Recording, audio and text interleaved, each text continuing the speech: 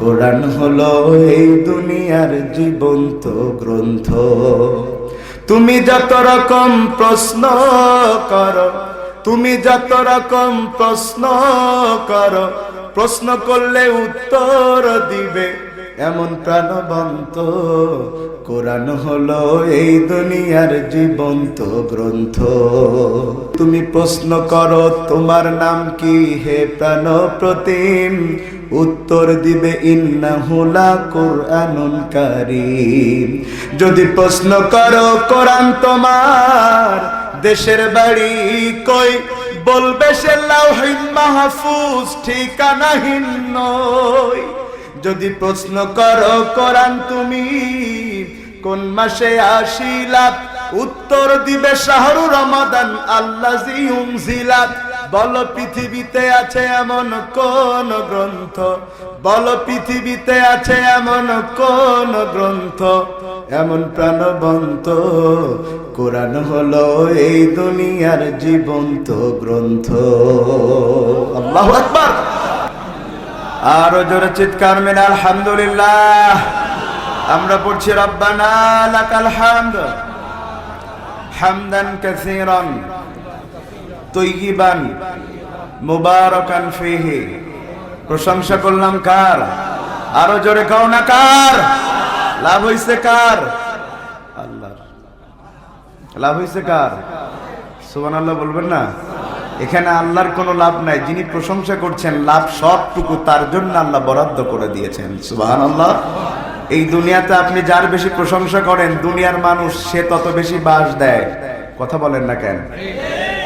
ভালো করে খেয়াল করেন সাতক্ষীরার মুসলমান, আপনি যদি আপনার নেতার প্রশংসা করেন কোনো লাভ আপনার হয় না। প্রশংসা যত বাড়ে নেতার ভোট তত বাড়ে, নেতা ক্ষমতায়ও যায়, জনগণের কোনো লাভ। আপনি যদি আপনার পীর সাহেবের প্রশংসা করেন কোনো লাভ আপনার হয় না। প্রশংসা যত বাড়ে পীরের হাদিয়াও বাড়ে, মুরিদও বাড়ে। আর যদি ভণ্ড পীর হয় ওর পেটও বাড়ে, পিঠও বাড়ে। আপনি যদি আমার মতো বক্তার প্রশংসা করেন কোনো লাভ আপনার হয় না। প্রশংসা যত বাড়ে আমি বক্তার দামও বাড়ে, দাওয়াতও বাড়ে, মাল করিও বাড়ে। কথা বলেন না কেন? কিন্তু একটি মাত্র জায়গা, যেই জায়গাতে প্রশংসা করলে বান্দা যার প্রশংসা করবেন তার কোনো লাভ নাই। কিন্তু বান্দা যদি আল্লাহর প্রশংসা করে একবার, রাসূলের ভাষায় সাবগুনা মাররা, বান্দার একবার ডাকের জবাবে আমার আল্লাহ সাড়া দান করে 70 বার। আল্লাহু আকবার।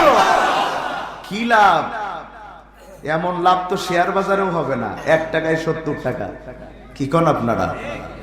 আল্লাহর প্রশংসা বান্দা সব সময়, যদি বান্দা একটু সৃষ্টি জগতের দিকে তাকায়, আল্লাহর প্রশংসা না করে বান্দা থাকতে পারে না। আলহামদুলিল্লাহ।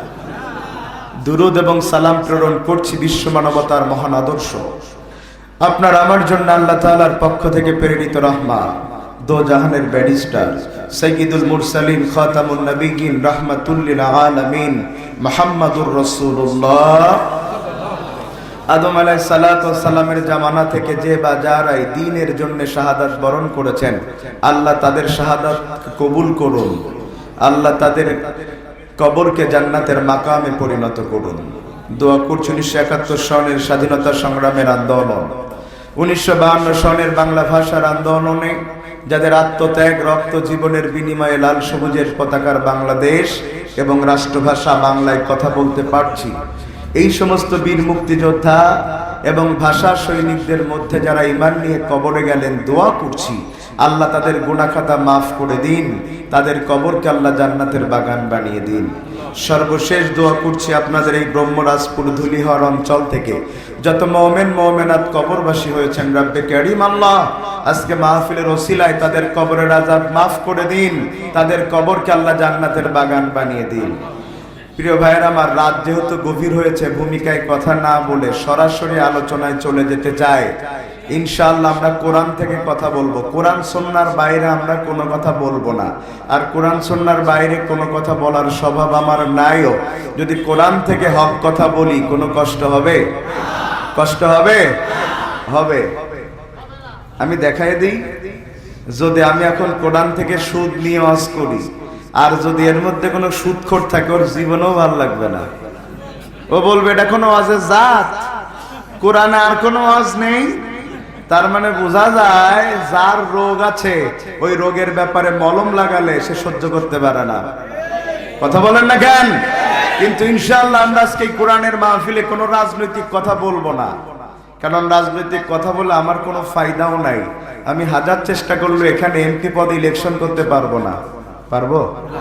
উপজেলা চেয়ারম্যান পদে, চেয়ারম্যান পদে, মহিলা মেম্বার পদে। মহিলা মেম্বারটাও তো দিবেন না। তো যেখানে রাজনীতি নাই সেখানে আমার রাজনীতির কথা বলে লাভ কি?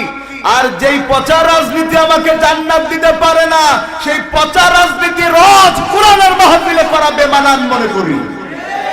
আমরা তো সেই নীতির কথা বলি যে এই নীতি আমাদেরকে জান্নাতে নিতে পারে।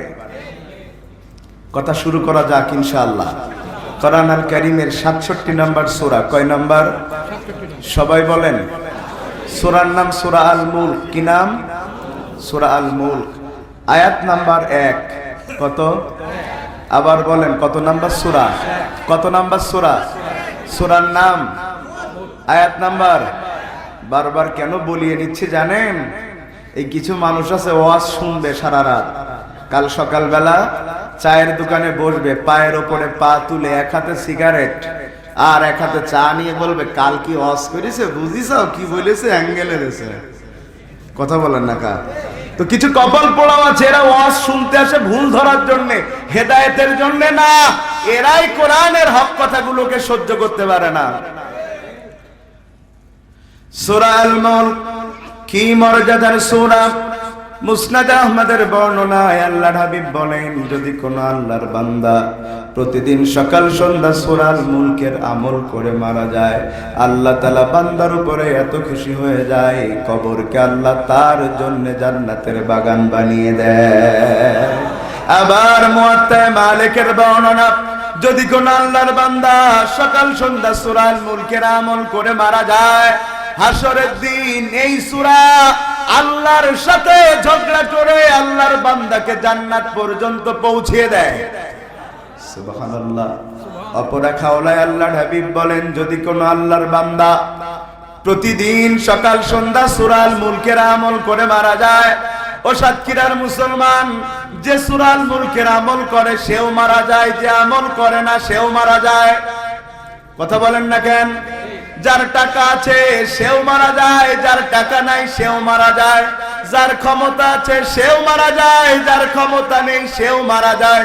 কারণ পৃথিবীতে কেউ চিরকাল থাকে, পৃথিবীতে কেউ স্থায়ী হয় না, হোক না সে ফেরাউন কিংবা নমরুদ, কেউ ভবে চিরকাল রয় না। ফেরাউন শেষ তক ছিল না, মৃত্যু তাকেও ছেড়ে দিল না, হোক না সে মহারাজা আর মহাবীর, কাউকে সে অবকাশ দেয় না। পৃথিবীতে কেউ স্থায়ী হয় না। ঠিক না বেঠে? এই পৃথিবীতে কেউ চিরকাল থাকে না। ও ভাই, করোনা থেকে বাঁচা যায়, মৃত্যু থেকে বাঁচা যায় না। করোনা থেকে বাঁচা যায়, মৃত্যু থেকে বাঁচা যায় না। কারণ করোনার একটা বাঁচার উপায় আছে, মৃত্যু থেকে বাঁচার কোনো উপায় নেই। তবে করোনা মানুষকে শিক্ষা দিয়ে গিয়েছে মৃত্যু কত কাছে, আর নিজের ছেলেও আপন না, নিজের বউও আপন না। কথা বলেন না কা? মারা গিয়েছে, নোয়াখালীতে মারা গিয়েছে, শুধু শুনেছে একটু হাসি কাশি, করোনার লক্ষণ এতটুকু বুঝতে পেরে বাপকে ঘরের মধ্যে আটকায় রেখেছে, ওর মধ্যেই বাপ কাশতে কাশতে মরে গিয়েছে। সন্তানাদি কেউ কাছে যায়নি, জানাজাতেও কেউ কাছে যায়নি। কি মনে করেছেন? দুর্ভাগ্য, এই মানুষ জানে পৃথিবীতে বাঁচবো না, কিন্তু এই পৃথিবীতে একটু সম্মানের জন্য, ক্ষমতার জন্য এমন কোনো অন্যায় নেই যা এই মানুষ করে না, এমন কোন খারাপ কাজ নেই যা মানুষ করে না। ও ভাই, আপনি মারা গেলে আপনার সম্পদ আপনার সন্তান ভোগ করে খাবে, আপনার জন্য একটা মিলাদ দিয়াও জরুরি মনে করবে না। আইনুদ্দিন আল আজাদের ওই গানটা আমার খুব হৃদয় কাড়ে, একটু শোনাবো ভাই? কষ্ট হচ্ছে আপনাদের? আরে মানুষ হইছো বেহুশ দুনিয়ার পিছে, কি জবাব দিবি রে তুই আল্লাহর কাছে। আরে মানুষ হইছো বেহুশ দুনিয়ার পিছে, কি জবাব দিবি রে তুই আল্লাহর কাছে। রাতে দিনে দৌড়া দৌড়ি বিশ্রামের সুযোগটা নাই, নামাজ রোজা দূরের কথা আল্লাহর নামটা মুখে নাই। ঠিক না বেঠে? রাতে দিনে দৌড়া দৌড়ি করে কিন্তু নামাজ পড়ার সুযোগ পায় না। ও ভাই, নামাজ বাদে আপনার সাথে কেউ যাবে না। টাকা পয়সা লইয়া কি কেউ কবরে গেছে, কি জবাব দিবি রে তুই আল্লাহর কাছে। হায় আরে মানুষ হইছো বেহুশ দুনিয়ার পিছে, কি জবাব দিবি রে তুই আল্লাহর কাছে। ঠিক না বেঠে? আল্লাহর হাবিব বলেন, যদি কোন আল্লাহর বান্দা সকাল সন্ধ্যা সূরা মুলকের আমল করে মারা যায়, মারা যাওয়ার পরে লোকটা যখন দাফন কাফন সম্পন্ন করে তাকে কবরে রেখে আসা হয়, মানুষজন কবরের কাছ থেকে চলে আসবার পরে মুনকার নাকির ওই কবরে প্রশ্ন করবার জন্য চলে আসে। কিন্তু এসে দেখে কি আজীব ব্যাপার, কিছুক্ষণ আগে যেই লাশটাকে কবরে রাখা হয়েছে সেই লাশটা কবরে নেই। মুনকার নাকির লাশটাকে খুঁজতে থাকে তন্ন তন্ন করে জমিনের প্রতি ইঞ্চি জায়গাতে, কিন্তু লাশটা কোথাও নাই। মুনকার নাকির আল্লাহকে প্রশ্ন করে, আল্লাহ জমিনটা তন্ন তন্ন করে খুঁজলাম, কিন্তু কিছুক্ষণ আগে যে লাশটাকে রাখা হয়েছে লাশটাকে কোথাও খুঁজে পাই না, লাশটা কোথায়? আল্লাহ বলে, মুনকার নাকির আবার কবরে যা। মুনকার নাকির আবার কবরে এসে দেখে কবরে লাশ নাই, কিন্তু লাশের বদলে বিশাল দেহের একটা পাখি রয়েছে। মুনকার নাকির পাখিটাকে প্রশ্ন করে, মানাংতা তুমি কে? এই কবরে লাশটা ছিল, লাশটা কোথায়? পাখি বলে, তুমি আমাকে চিনবা না কিন্তু আমি তোমারে চিনি। মুনকার নাকির বলে, আমাকে চিনো নাকি না চিনো পরের কথা, কবরের লাশটা কোথায়? পাখিটা ডাক দিয়ে বলে, এই কবরের মধ্যে যেই মানুষটাকে রাখা হয়েছিল এই মানুষটা প্রতিদিন সকাল সন্ধ্যা সূরা আল মুলকের আমল করত। আমি সেই সূরা আল মুলক আজকে পাখির আকার ধারণ করে ওই লোকটাকে আমার ডানার নিচে আশ্রয় দিয়ে তোমার করা 3টা প্রশ্নের উত্তরের সহযোগিতা করে তার কবরটাকে আমি জান্নাতের বাগান বানাতে এসেছি। কি মূল্যবান সূরা! এবার খেয়াল করেন আল্লাহ কি বলছেন, তাবারাকাল্লাযী, মহাপবিত্র মহাপুণ্যময় সেই সত্তা, তিনি কে? আরো জোরে বলেন না, তিনি কে?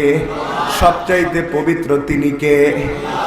আল্লাহ বলছেন, তাবারাকাল্লাযী বিয়াদিহিল মুলক, আমি সেই পবিত্র সত্তা, আমি সেই পুণ্যবান সত্তা, বিয়াদিহিল মুলক, যে আল্লাহর এক হাতে গোটা রাজত্ব অবস্থান করছে।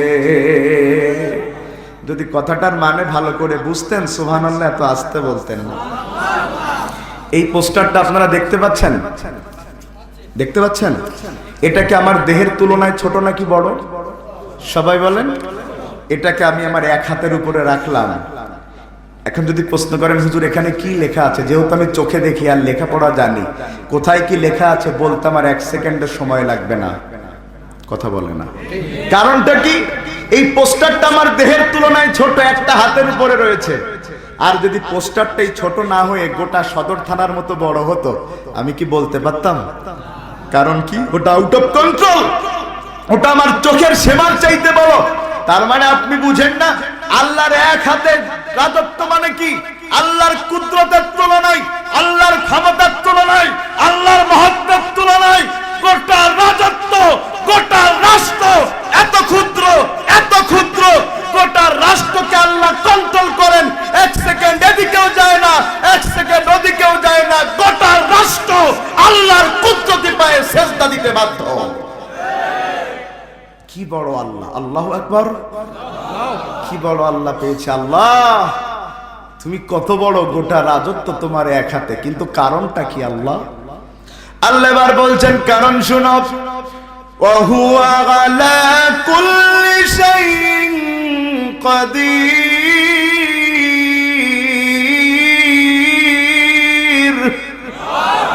আল্লাহ বলছেন কারণ কি জানো, গোটা রাজত্বের মধ্যে আমি আল্লাহর চাইতে ক্ষমতাবান, আমি আল্লাহর চাইতে প্রভাবশালী আর কেউ নাই। সুবহানাল্লাহ কইতে করে না? আমরা কার গোলাম? তো আমার মালিক আল্লাহ যদি এত পাওয়ারফুল হয়, এত শক্তিশালী হয়, আমি তার গোলাম, আমার পাওয়ারও তো কম না। কথা বলে না কার? আমি কার গোলাম? আমরা খলিফা কার? মুখে নাকি বাস্তবে? হ্যাঁ, না বাস্তবে না, মুখে। খলিফা মানে কি? খলিফা মানে কি? প্রতিনিধি, রিপ্রেজেন্টেটিভ। ও ভাই, আল্লাহর খলিফা, আল্লাহর খেলাফতের দায়িত্ব আমরা পালন করছি না? আল্লাহ ফেরেশতাদেরকে বলেছিলেন, ওয়াইস ক্বালা রাব্বুকা লিল মালাইকা ইন্নী জাইলুন ফিল আরদি খলিফা, আমি দুনিয়াতে খলিফা পাঠাতে চাই। আল্লাহ ফেরেশতাদের সাথে আলাপ করে নিয়েছেন, এখন দুনিয়াতে আপনাকে আমাকে পাঠিয়েছেন, আমরা কার খলিফা? কিন্তু না, কেমনে একটু প্রমাণ দেই। যদি আপনাদের অঞ্চলে ঔষধের ফার্মেসি আছে না? আছে? এখানে বিভিন্ন কোম্পানির প্রতিনিধি আসে না, রিপ্রেজেন্টেটিভ আসে না? একজন হলো স্কয়ার কোম্পানির খলিফা। কোন কোম্পানির? তো তার কাজ হচ্ছে স্কয়ার কোম্পানির বিল কাটা, স্কয়ার কোম্পানির ঔষধ বিক্রি করা। আমার কথা আপনারা বুঝতে পারছেন তো? আমি ভাই বেশি কাহিনী আবার বলতে পারি না, এইভাবেই পারি, এইভাবে একটু শোনা যাবে ইনশাআল্লাহ। ভালো করে খেয়াল করেন, স্কয়ার কোম্পানির খলিফা, ওনার কাজ হচ্ছে ফার্মেসি গুলোতে স্কয়ার কোম্পানির বিল কাটা। কিন্তু উনি স্কয়ার কোম্পানির বিল না কেটে উনি বিল কাটে ভ্যাকসিন কর, ঔষধ বিক্রি করে ভ্যাকসিন কর। এই কথা শোনার পরে স্কয়ার কোম্পানি ওই তার রিপ্রেজেন্টেটিভ প্রতিনিধির প্রমোশনও করে দেবে, বেতনও বাড়াই দেবে। কেন? ও, স্কয়ার কোম্পানির খলিফা হলে ভ্যাকসিন কর মাল বিক্রি করা যায় না। কথা বলে না? একজন প্রতিনিধি হচ্ছে বায়োফার্মার, ঔষধ যদি সে বিক্রি করে ইনসেপ্টার, চাকরি তো থাকবে না, মাজায় লাথি মেরে বের করে দেবে কোম্পানি থেকে। আপনি মুখে বলছেন আমি আল্লাহর খলিফা, আপনি মুখে বলছেন আপনি আল্লাহর রিপ্রেজেন্টেটিভ, কিন্তু আপনার জীবনে আল্লাহর জন্য কোনো কর্ম নাই, আপনার জীবনে আল্লাহর দ্বীন কায়েমের কোনো কর্মসূচি নাই, বরং শয়তান যেদিকে আপনি সেদিকে। আপনি আল্লাহর খলিফা নন, আপনি টাটকা ইবলিসের খলিফা, ইবলিসের খলিফা। খেয়াল করে দেখেন, আমরা বলি আমরা আল্লাহর খলিফা, কিন্তু ঔষধ বিক্রি করছি দুনিয়ার, ঔষধ বিক্রি করছি শয়তানের কর্মসূচির। তাইলে আমি সেই আল্লাহর গোলাম, আমার কোনো ভয় নাই, কারণ আল্লাহ এত বড়, আমি গোলাম যদি বিপদে পড়ি আল্লাহ আমাকে বাঁচানোর ক্ষমতা রাখে। ও ভাই, যদি কেউ মেম্বারের বাড়ির গোলাম বা কর্মচারী হয়, ওর পাওয়ার কম না বেশি? হ্যাঁ, পেটে ভাত নেই, জামা ছেঁড়া, কিন্তু বগল ফাঁক করে হাঁটে। কথা কন না কা? কারণ কি? কারণ হচ্ছে ও জানে আমার পেটে ভাত থাক আর না থাক, আমার জামা ছেঁড়া থাক, আমি মেম্বারের বাড়ির কর্মচারী, আমার যদি কেউ থাপ্পড় মারে মাইকটা আমার দেওয়া হয় না, মাইকটা মেম্বারের দেওয়া হয়, আর মেম্বারের মুখে থাপ্পড় পড়লে মেম্বার ছেড়ে কথা বলবে না। এবার যদি গোলাম মেম্বারের বাড়ি না হয়ে চেয়ারম্যান সাহেবের বাড়ি হয়, গিয়ার বেড়ে যাবে। কি বলেন আপনারা? এবার যদি গোলাম কর্মচারী চেয়ারম্যান সাহেবের বাড়ির না হয়ে এমপি মহোদয়ের বাড়ির হয়, ওরে বাহ, কথাই বলা যাবে না। এমনিতে আমাদের সমাজে বাসের চেয়ে কঞ্চির দাম বেশি, নেতার চাইতে কর্মীর দাম বেশি।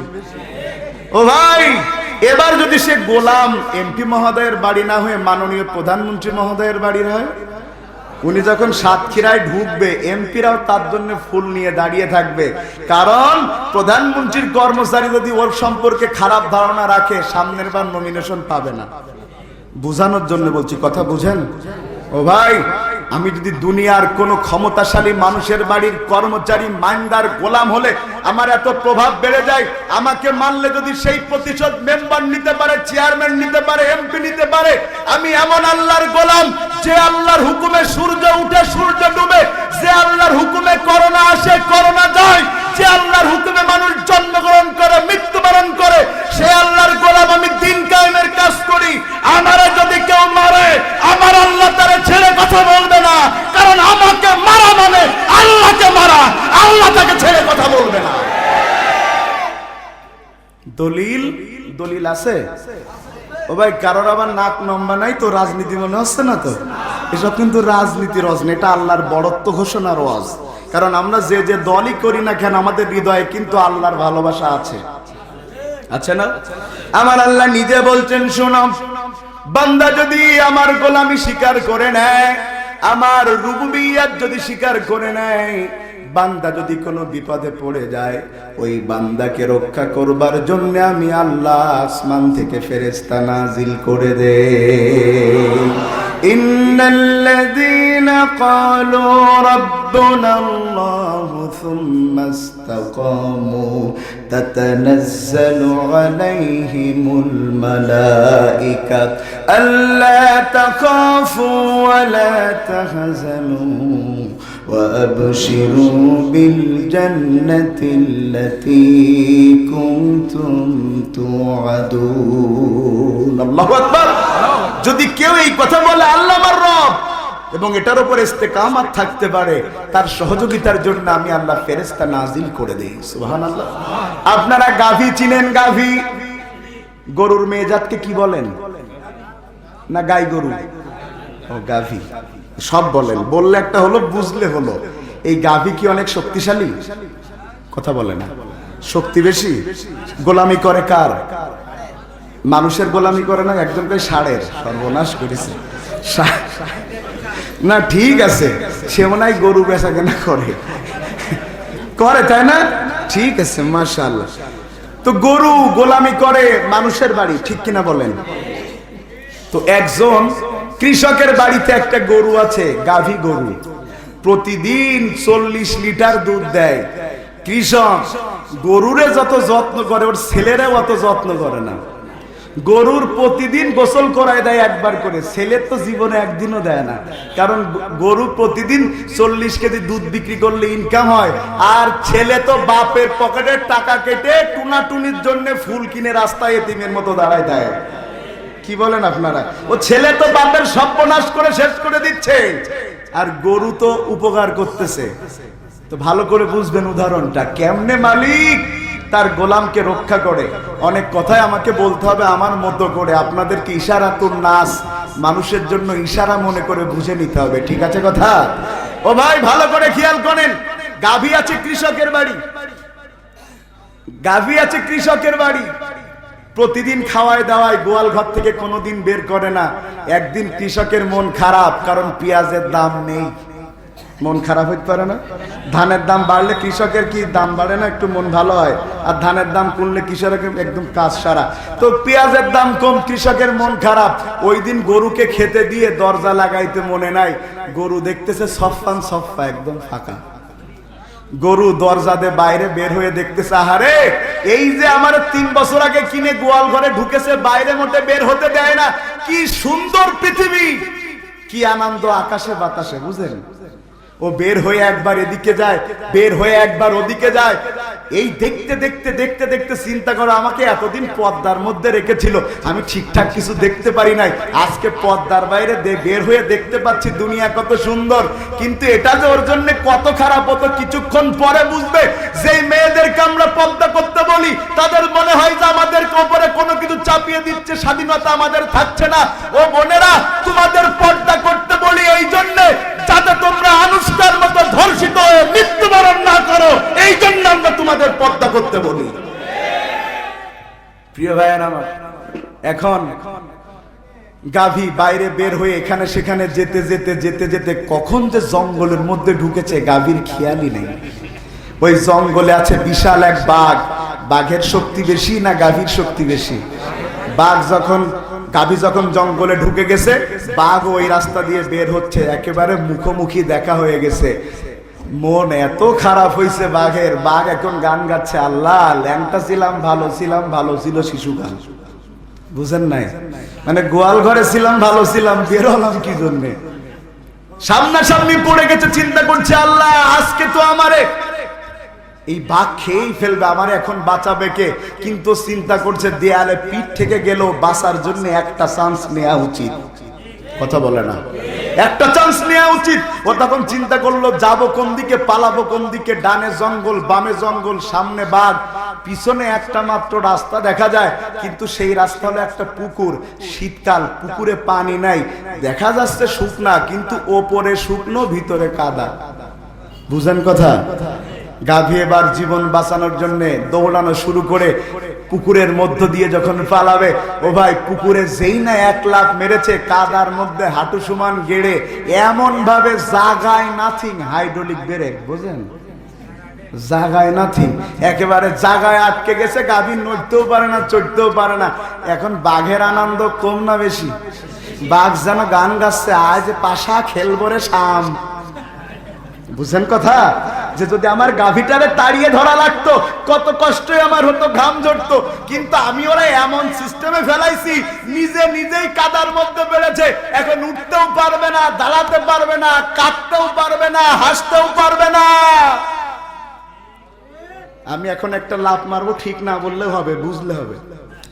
এখন বাঘ চিন্তা করতেছে আমি একটা লাফ মারবো, লাফ মেরে একেবারে বাঘের ঘাড়ে, যে কি বলে, গাভীর ঘাড়ে যে পড়বো, ওর রক্ত খাবো, ওর কলিজা খাবো, ও কিছু বলতে পারবে না, বললেই বলবো এই, বুঝেন না, এই বাঘ, এই আশা নিয়ে লাফ মারবে। ভাই বাঘের একটা সিদ্ধান্ত আছে, আল্লাহর মনে হয় কোনো সিদ্ধান্ত নাই। আল্লাহ বলতেছে মার, লাভ বুঝবি। বাঘ আইটেম নিয়ে লাফ মেরেছে, কিন্তু আল্লাহর কি খেলা, আল্লাহর কি লীলা। বাঘ গাভীর কাঁধে না পড়ে ঠিক 2 হাত পিছনে পড়ে মাল কাট, বুঝলেন? আমাদের আঞ্চলিক ভাষা মাল কাট। ও ভাই, তো যেই কাদা গাভীরে আটকাইছে, ওই কাদা বাঘরে আটকাবে না? দুইটা মুখোমুখি, বাঘ বলতেছে কি রে, গাভী বলতেছে একটু গরম হলে এ ভেঙে দেবো, তা ভেঙে দেবো। বাঘ মন একেবারে খারাপ, বাঘ চিন্তা করতেছে আল্লাহ মরাই লাগবে, কিন্তু গাভীর দিকে তাকায় দেখে বেটার মরার কোনো চিন্তা নাই, জাবর কাটতে আছে। বলে কি রে, তোর মরার কোনো চিন্তা নাই, তুই জাবর কাটছিস? বলছে আমার আবার কি এর মরার চিন্তা, তার আগে তুই বল আমার মরার চিন্তা আছে নাকি নেই পরের কথা, তার আগে তুই বল তোর কি কোনো মালিক আছে? বাঘ বলতেছে আমার আবার কি এর মালিক, আমি মালিক, এই জঙ্গলে আমি যাই বলিতে হয়, আমার উপরে যে কথা বলে ওর তো আমি একেবারে। গাভী বলতেছে তোর কোনো মালিক নাই, তাই তোর চিন্তা, আর আমি দুর্বল হলেও আমার কোনো চিন্তা নাই, কারণ আমার একটা মালিক আছে। সুবহানাল্লাহ কন্যা করে, আমার একটা মালিক আছে। সন্ধ্যাবেলা আমার মালিক ওই কৃষক যখন বাড়ি এসে দেখবে গোয়াল ঘরে আমি তার কর্মচারী নাই, আমি তার গোলাম নাই, সে চুপ করে থাকতে পারবে না, কম্বল মুড়ি দিয়ে ঘুমাতেও পারবে না। সে ঠিক খুঁজতে খুঁজতে খুঁজতে খুঁজতে আমার এই ডোবার ধারে আসবে, পুকুরের ধারে আসবে। এখান থেকে এসে যখন দেখবে আমি পড়ে গিয়েছি এই পুকুরের মধ্যে মরার অবস্থা, মালিক আমারে রেখে ছেড়ে চলে যাবে না। মালিক ঠিক বাড়ি চলে যাবে, লোক ডাকবে, বাঁশ আনবে, দড়ি আনবে, এনে বাঁশ দিয়ে দড়ি দিয়ে উদ্ধার করে আমারে নিয়ে যাবে বাঘ। কিন্তু বিপদ হবে তখন, আমার মালিক জানবে যখন এই ডোবার মধ্যে আমি মরতে বসেছিলাম তুই বাঘের কারণ। যেই বাঁশ দিয়া, যেই রশি দিয়া মালিক আমারে বাঁচাইছে রে বাঘ, ওই বাঘ আর ওই রশি 360 ডিগ্রি অ্যাঙ্গেলে ঘুরে জায়গায় চলে যাবে। আমারে বাঁশ দিয়ে বাঁচাইছে, আমারে রশি দিয়ে বাঁচাইছে রে বাঘ, এবার ওই রশি দিয়ে তোরে বান্ডা, বাঁশ দিয়ে তোরে চরমের পিটন পিটায়া মালিকের গোলামের সাথে খারাপ ব্যবহার করবার সাথ আমার আল্লাহ কাজা কাফারা দিয়ে উঠাবে, কাজা কাফারা দিয়ে উঠাবে। এটা জেনে রাখা দরকার। আল্লাহ ছাড় দেয় কিন্তু ছেড়ে দেয় না, আল্লাহ ছাড় দেয় কিন্তু ছেড়ে দেয় না। তাইলে আমরা গোলাম কার? আরো জোরে বলেন গোলাম কার? গোলামি যদি আমরা আল্লাহর করি, আমাদের রক্ষা করার দায়িত্ব আল্লাহর। ঠিক আছে কথা? সে আল্লাহ বলছেন তাবারাকাল্লাযী বিয়াদিহিল মুলক, আমি সেই পুণ্যময় সত্তা, আমি সেই পবিত্র সত্তা, যেই সত্তার এক হাতে গোটা রাজত্ব অবস্থান করছে। ও ভাই, বাংলাদেশ একটা রাষ্ট্র না? কথা বলে না, বাংলাদেশ একটা রাষ্ট্র না? তো আল্লাহর হাতে যেটা রয়েছে মুলক, ওটার মানেও রাষ্ট্র, বাংলাদেশ মানেও একটা রাষ্ট্র। তাইলে আল্লাহর হাতে যেই রাষ্ট্র, বাংলাদেশের মতন ছোট রাষ্ট্র? হ্যাঁ, কথা বলো না অবশ্য। আমি এখন যেই কথা বলছি খুব মন দিয়ে না বুঝলে বুঝতে পারবেন না, খেয়াল আছে সবার? খেয়াল আছে সবার? বলেন আল্লাহু আকবার। পিছনের ভাইরা কি জেতা আছেন না মরি গেছেন? কই পিছনের ভাইরা বলেন তো আল্লাহু আকবার। মাশাআল্লাহ, সবাই জেতা আছে, আমরা কেউ মরি নাই এখনো। এবার সামনে পিছনে সবাই মিলে বলেন আল্লাহু আকবার।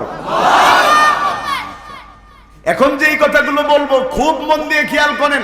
আল্লাহর হাতের যেই রাষ্ট্র আর পৃথিবীর এই রাষ্ট্র এক রাষ্ট্র না। কথা বুঝতেছেন?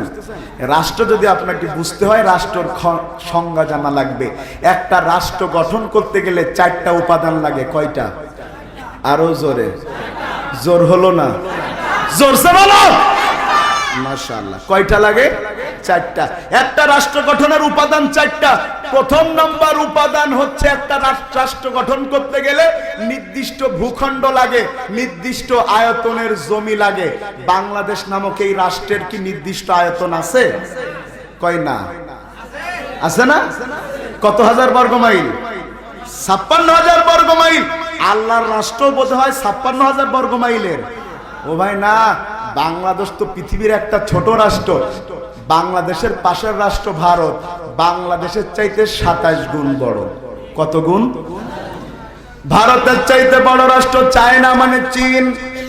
এই চীন বাংলাদেশের চাইতে 90 গুণ বড়।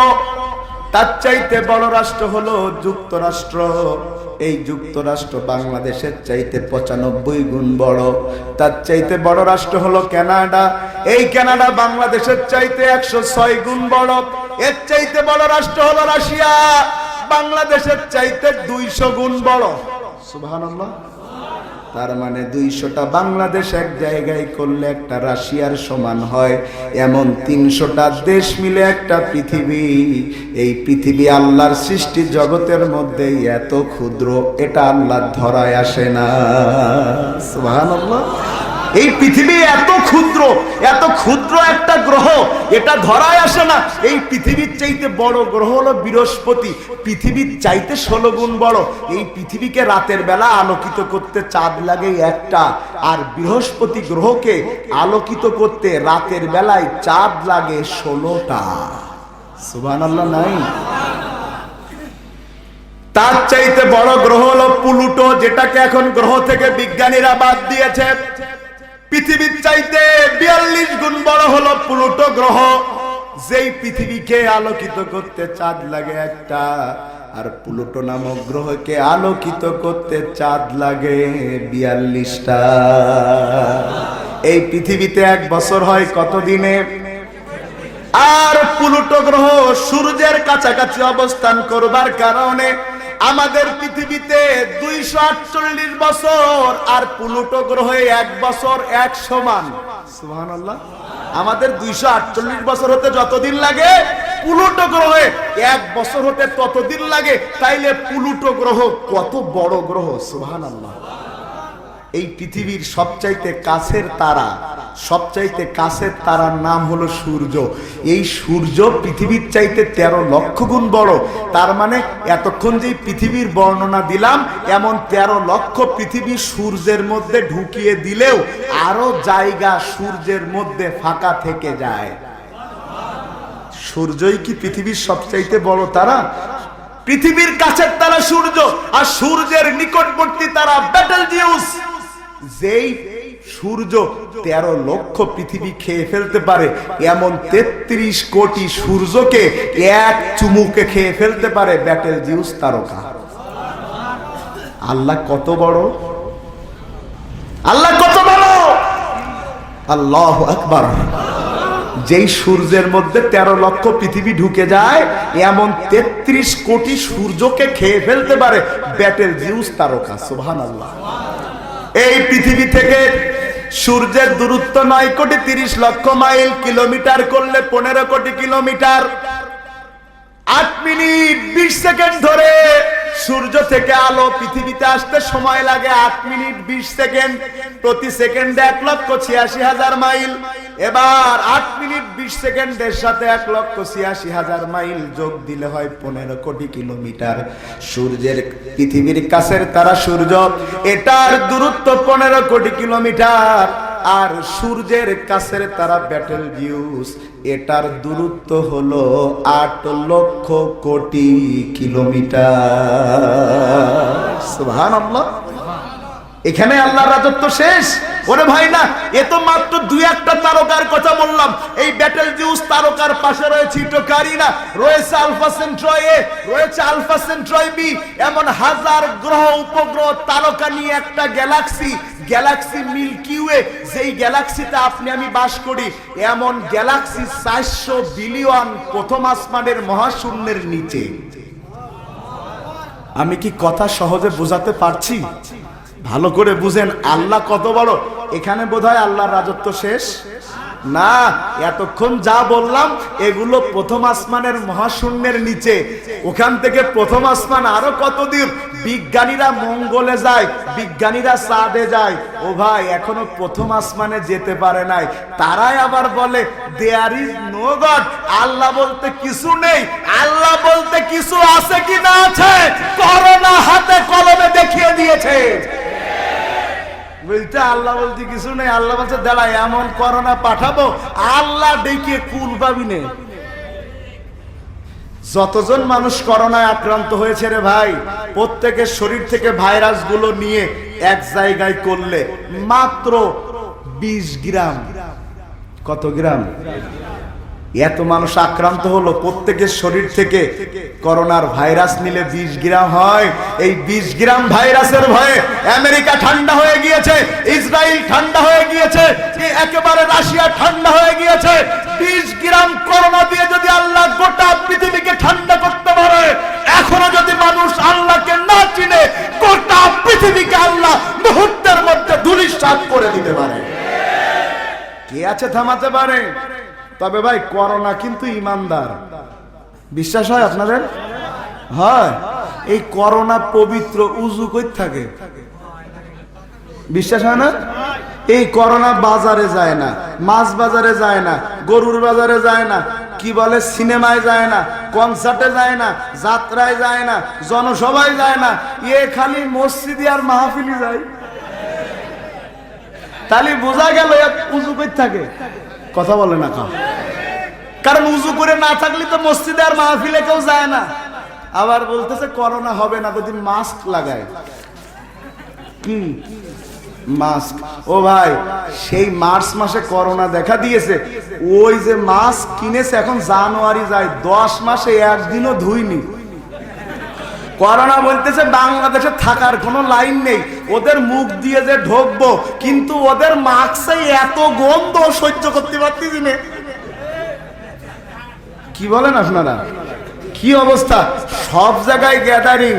3 জন মোটরসাইকেল উঠেছে, একজনের পিঠ একজনের পেট, মাঝখানে পেট পিঠির সাথে লেগেছে। এই বড় তো 1 বিঘে ফাঁকা, পেট না হলে 1 ইঞ্চিও ফাঁকা থাকতো না। ও মোটরসাইকেলে গাদাগাদি করে আসে 3 জন, আর মসজিদে ঢুকে বলতেছে পিছনেরটাও তুই ওই কোনায় যা, মাঝখানটা বলতে তুই ওই কোনায় যা, আমি মাঝখানে। ওর সামাজিক দূরত্ব খালি মসজিদে। ওর অন্তরের মধ্যে করোনা হয়েছে, ঈমানের ঘাটতি রয়েছে ওর অন্তরের মধ্যে। ও ভাই, আপনারা রাগ করতেছেন বোধহয়। করোনা দিয়ে আল্লাহ বোঝাচ্ছে খবরদার আল্লাহর বিরোধিতা করো না। কথা বলে না? আল্লাহকে ক্ষুদ্র মনে করো না। যদি করো এর চাইতেও বড় কিছু দেওয়ার ক্ষমতা আমি আল্লাহর আছে। আছে না? যে জীবনে মুখে সারা জীবন গরুর মুখী ঠুসি। আপনারা গরুর মুখী কি দেন? ঠুসি বলেন তো? ঠুসি, আমরাও বলি ঠুসি, কারণ আমার তো মূল বাড়ি বেনাপোল, একই রকম। তবে আমার দাদার শ্বশুর বাড়ি মানে আমার দাদির বাড়ি কালীগঞ্জে, মানে হিসেব মতো আমিও সাতক্ষীরার বলা যায়। কি কন আপনারা? তো আমি সাতক্ষীরার ভাষা বলতেও পারি। অনেক জায়গায় গেলে মানুষ বলে আপনি সাতক্ষীরা কি বলতে, কি বলতে? আমি সাতক্ষীরার না তা কার? তো বলতেছে হ্যাঁ তাহলে তো ঠিকই আছে সাতক্ষীরা। ও ভাই, ভালো করে বুঝে নেন, এই সমস্ত করোনা আল্লাহর অর্ডারে যদি এসে থাকে, তাইলে এরা ইমানদারদের বাদ দিয়ে বেঈমানদের ধরতে পারে। ভালো করে বুঝে নেন আল্লাহ কত বড়। এই যে এতক্ষণ বুঝালাম 400 বিলিয়ন গ্যালাক্সি মিল্কি ওয়ে প্রথম আসমানের নিচে, এরপরে ইউনিভার্স, কত ইউনিভার্স রয়েছে, যা কিছু বললাম সব প্রথম আসমানের মহাশূন্যের নিচে, এরপরে প্রথম আসমান, তারপরে দ্বিতীয় আসমানের মহাশূন্য, তারপরে দ্বিতীয় আসমান, এইভাবে সপ্তম আসমান। ও ভাই, প্রথম আসমান থেকে দ্বিতীয় আসমান কত বড় একটু বলবো? ইমাম গাজ্জালি বলছে বিশাল মরুভূমির মধ্যে একটা সোলা রাখলে মরুভূমির মধ্যে সোলাকে যত ক্ষুদ্র দেখায়, দ্বিতীয় আসমানের তুলনায় প্রথম আসমান সোলার চাইতে ছোট। সুবহানাল্লাহ বলবেন না? এইভাবে তৃতীয় আসমান করতে করতে করতে করতে সপ্তম আসমান, জোরে কান সুবহানাল্লাহ। এখানে আল্লাহর রাজত্ব শেষ। আল্লাহ বলছে না, এরপরে সিদরাতুল মুনতাহা। আল্লাহর আসমানের বর্ডারের নাম কি? কথা বলে না। ও ভাই, ইন্ডিয়ার বর্ডার পার হতে গেলে পাসপোর্ট ভিসা লাগে না? লাগে। সিদরাতুল মুনতাহা আল্লাহর দেয়া এমন এক বর্ডার, এই বর্ডার কেউ পার হতে পারে না। কেউ কখনো এই বর্ডার পার হওয়ার পাসপোর্ট ভিসা পায়নি, মাত্র একজন পেয়েছে, তিনি মুহাম্মাদুর রাসূলুল্লাহ। আল্লাহ নিজেই বলেন, সুবহানাল্লাযী আসরা বিআবদিহি লাইলাম মিনাল মাসজিদিল হারামি ইলাল মাসজিদিল আকসা। আল্লাহু আকবার। সিদরাতুল মুনতাহা, এখানে আল্লাহর রাজত্ব শেষ নাই। এরপরে আছে 4টা ঝর্ণা। 2টা ঝর্ণা নদী হয়ে চলে গেছে জান্নাতে, 2টা ঝর্ণা নদী হয়ে নেমে এসেছে দুনিয়াতে। একটা হলো মিশরের নীল নদ, আর একটা হলো ইরাকের দজলা নদী, জান্নাতের নদী। সুবহানাল্লাহ। এখানে আল্লাহর রাজত্ব শেষ নাই। এরপরে আছে লাউহি মাহফুজ। কার বাড়ি? লাউহ মাহফুজ আল্লাহর বাড়ি। কার বাড়ি? এই কথা কি কোরআনে আছে? বাল হুয়া কুরআনুম মাজিদুম ফি লাউহিল মাহফুজ। কোরআনের বাড়ি। ও ভাই, কোরআনকে যদি আপনি প্রশ্ন করেন, এমন কোনো উত্তর নাই যেটার উত্তর কোরআন দিতে পারে না। কোরআন হলো এই দুনিয়ার জীবন্ত গ্রন্থ। তুমি যত রকম প্রশ্ন করো, তুমি যত রকম প্রশ্ন করো, প্রশ্ন করলে উত্তর দিবে এমন প্রাণবন্ত কোরআন হলো এই দুনিয়ার জীবন্ত গ্রন্থ। যদি তুমি প্রশ্ন করো তোমার নাম কি হে প্রাণ প্রতিম, উত্তর দিবে ইন্নাহু লা কুরআনুন কারীম। যদি প্রশ্ন করো কোরআন তোমার দেশের বাড়ি কই, বলবে সে লাউহিল মাহফুজ ঠিকানাহীন নয়। যদি প্রশ্ন করো কোরআন তুমি কোন মাসে আসিলা, উত্তর দিবে শাহরু রমাদান আল্লাযী উনজিলাত। বলো পৃথিবীতে আছে এমন কোন গ্রন্থ, বলো পৃথিবীতে আছে এমন কোন গ্রন্থ, এমন প্রাণবন্ত কোরআন হলো এই দুনিয়ার জীবন্ত গ্রন্থ। আল্লাহু আকবার। এখানে আল্লাহর রাজত্ব শেষ নাই। ও আল্লাহর বান্দারা, এর পরে রয়েছে বাইতুল মামুর। আমরা দুনিয়ার মানুষেরা তাওয়াফ করি কোন ঘর? কথা বলেন না কেন? দুনিয়ার সবচাইতে বরকতময় ঘর হলো কাবা ঘর। আবার আল্লাহর বান্দারা, এই কাবা ঘরকে যারা সংস্কার করেছে এদের উপরে আল্লাহর রহমত। এই কাবা ঘরকে সংস্কার করেছেন ইব্রাহিম আলাইহিস সালাতু ওয়াস সালাম। এমন একটা পরিবার, এই পরিবারের মুখে বরকত, এই পরিবারের হাতে বরকত, এই পরিবারের পায়ে বরকত। সুবহানাল্লাহ। ইসমাঈল আলাইহিস সালাতু ওয়াস সালাম তার মা হাজেরা একসাথে ইব্রাহিম আলাইহিস সালাতু ওয়াস সালাম রেখে এসেছেন ওই মক্কার ওখানে। কোথাও পানি নাই, কোথাও পানি নাই, পানির জন্য দৌড়াদৌড়ি শুরু করেছেন মা হাজেরা। হঠাৎ এসে দেখেন তার ছেলে পাটা নড়াচ্ছেন। যেখানে পা দিয়ে আঘাত করেছেন আল্লাহ পায়ে বরকত দিয়েছেন। পায়ের গোড়ালির, ছোট্ট বাচ্চার পায়ের গোড়ালির আঘাত থেকে আমার আল্লাহ পৃথিবীর সব চাইতে দামি পানি জমজমের পানি বের করে দিয়েছে। সব চাইতে দামি পানি জমজমের পানি। দুনিয়ার এই পানি যদি আপনি খান, তাইলে শুধুমাত্র আপনার পিপাসা মিটে। কিন্তু আল্লাহর বান্দা যদি জমজমের পানি খান, পিপাসা মিটে, ক্ষুধা মিটে, রহমত শরীরে প্রবেশ করে, অসুস্থতা আল্লাহ দূর করে দেয়। আল্লাহু আকবার। আবার পানি যখন অনেক বেশি, আপনাদের অঞ্চলে নদীতে বাঁধ ভাঙে না? বাঁধ ভাঙে না? তখন বাঁধ ভেঙে গেলে আবার কি দেওয়া লাগে? আবার বাঁধ দেওয়া লাগে না? এই বাঁধ দিতে গেলে অনেক শক্তিশালী মানুষ লাগে না? তো যখন ইসমাইল আলাইহিস সালাম পায়ের গোড়ালি দিয়ে আঘাত করেছেন, ওই জায়গা ভেঙে পানি বের হতে লেগেছে। এখন পানি তো বন্ধ করা দরকার, কিন্তু মা হাজেরা তো বাদ দিতে পারবে না, মহিলা মানুষ। তিনি দুইটা পাথর বসিয়ে দিয়ে বলেছেন, জমজম থেমে যা, মুখে বরকত। আল্লাহ পানির গতি থামিয়ে এক জায়গাতে পানিকে অবস্থান করিয়েছেন। আবার ইব্রাহিম আলাইহিস সালাম, তারও পায়ে বরকত। কি বরকত? তার পায়ের মধ্যে কাবা ঘর তিনি নির্মাণ করছেন, সংস্কার করছেন। কিন্তু কাবা ঘর অনেক উঁচুতে, তিনি কেমনে এত উঁচুতে উঠবেন? কোনো মই নাই, বাসই নাই, কোনো ক্রেন নাই, কেমনে উঠবেন? একটা পাথরের উপরে তিনি দাঁড়িয়েছেন, নাম তার মাকামে ইব্রাহিম। আল্লাহ তাআলা বলছেন, ইব্রাহিম তুমি হলে মিস্ত্রি, তোমার ছেলে ইসমাইল জোগালে। সুবহানাল্লাহ। বাপ বেটা দিনের কাজ করতেছে, ও ইব্রাহিম উপরে উঠবা কেমনে? তোমার মাথায় আসে না? ওই পাথরের উপরে দাঁড়িয়ে যাও, আমি আল্লাহর উপরে তাওয়াক্কুল করো। তোমার যখন উপরে ওঠার প্রয়োজন হবে, পাথরটা আস্তে আস্তে লিফটের মতো করে উপরে উঠে যাবে। সুবহানাল্লাহ। কি দাম হয়ে গেছে পাথরটার! ওই পাথরটা আজও কাবার পাশে আছে, মাকামে ইব্রাহিম, যেটাকে আল্লাহ মুসাল্লা বানিয়েছেন। কাবার সামনে নামাজ পড়লে যেমন বরকত, মাকামে ইব্রাহিমকে মুসাল্লা বানিয়ে নামাজ পড়লেও বরকত। সুবহানাল্লাহ। আবার কাবার বরকত দিয়েছেন, ফালিয়াবুদু রাব্ব হাযাল বাইত, ফালিয়াবুদু রাব্ব হাযাল বাইত। তোমরা ইবাদত করো সেই আল্লাহর, যে আল্লাহ কাবা ঘরের মালিক। সুবহানাল্লাহ। তো কাবা ঘরের মালিক যদি আল্লাহ হয়, কাবা ঘর রক্ষার দায়িত্ব কার? আল্লাহ কি রক্ষা করতে পারে? যদি পৃথিবীতে কোনো মুসলমান নাও থাকে, কোরআন বোধহয় থাকবে না। থাকবে? কারণ ইসলাম, কোরআন কোন ব্যক্তির উপরে নির্ভর করে না, এটা আমার আল্লাহ রক্ষা করে। দুনিয়াতে কেউ যদি আল্লাহকে সেজদা না দেয়, আল্লাহর লস আছে? যদি সবাই আল্লাহ সেজদা দেয়, আল্লাহর কোনো লাভ আছে? লাভ লস যা সব বান্দার। কিন্তু বান্দা যদি আল্লাহর জন্য কাজ করতে পারে, লাভ বান্দার। কথা বলে না ও ভাই? তাইলে রাসূলকে যদি কেউ গালি দেয়, এর প্রতিবাদ করলে লাভ কার? কথা বলে না কার? অথচ কিছু জ্ঞান পাপী মানুষ বলতেছে রাসূলকে গালি দিয়েছে ফ্রান্সে, আর তুমি মিছিল করছাও সাতক্ষীরায়, লাভটা কি? বলতেছে না? জ্ঞান পাপী, জ্ঞান পাপী।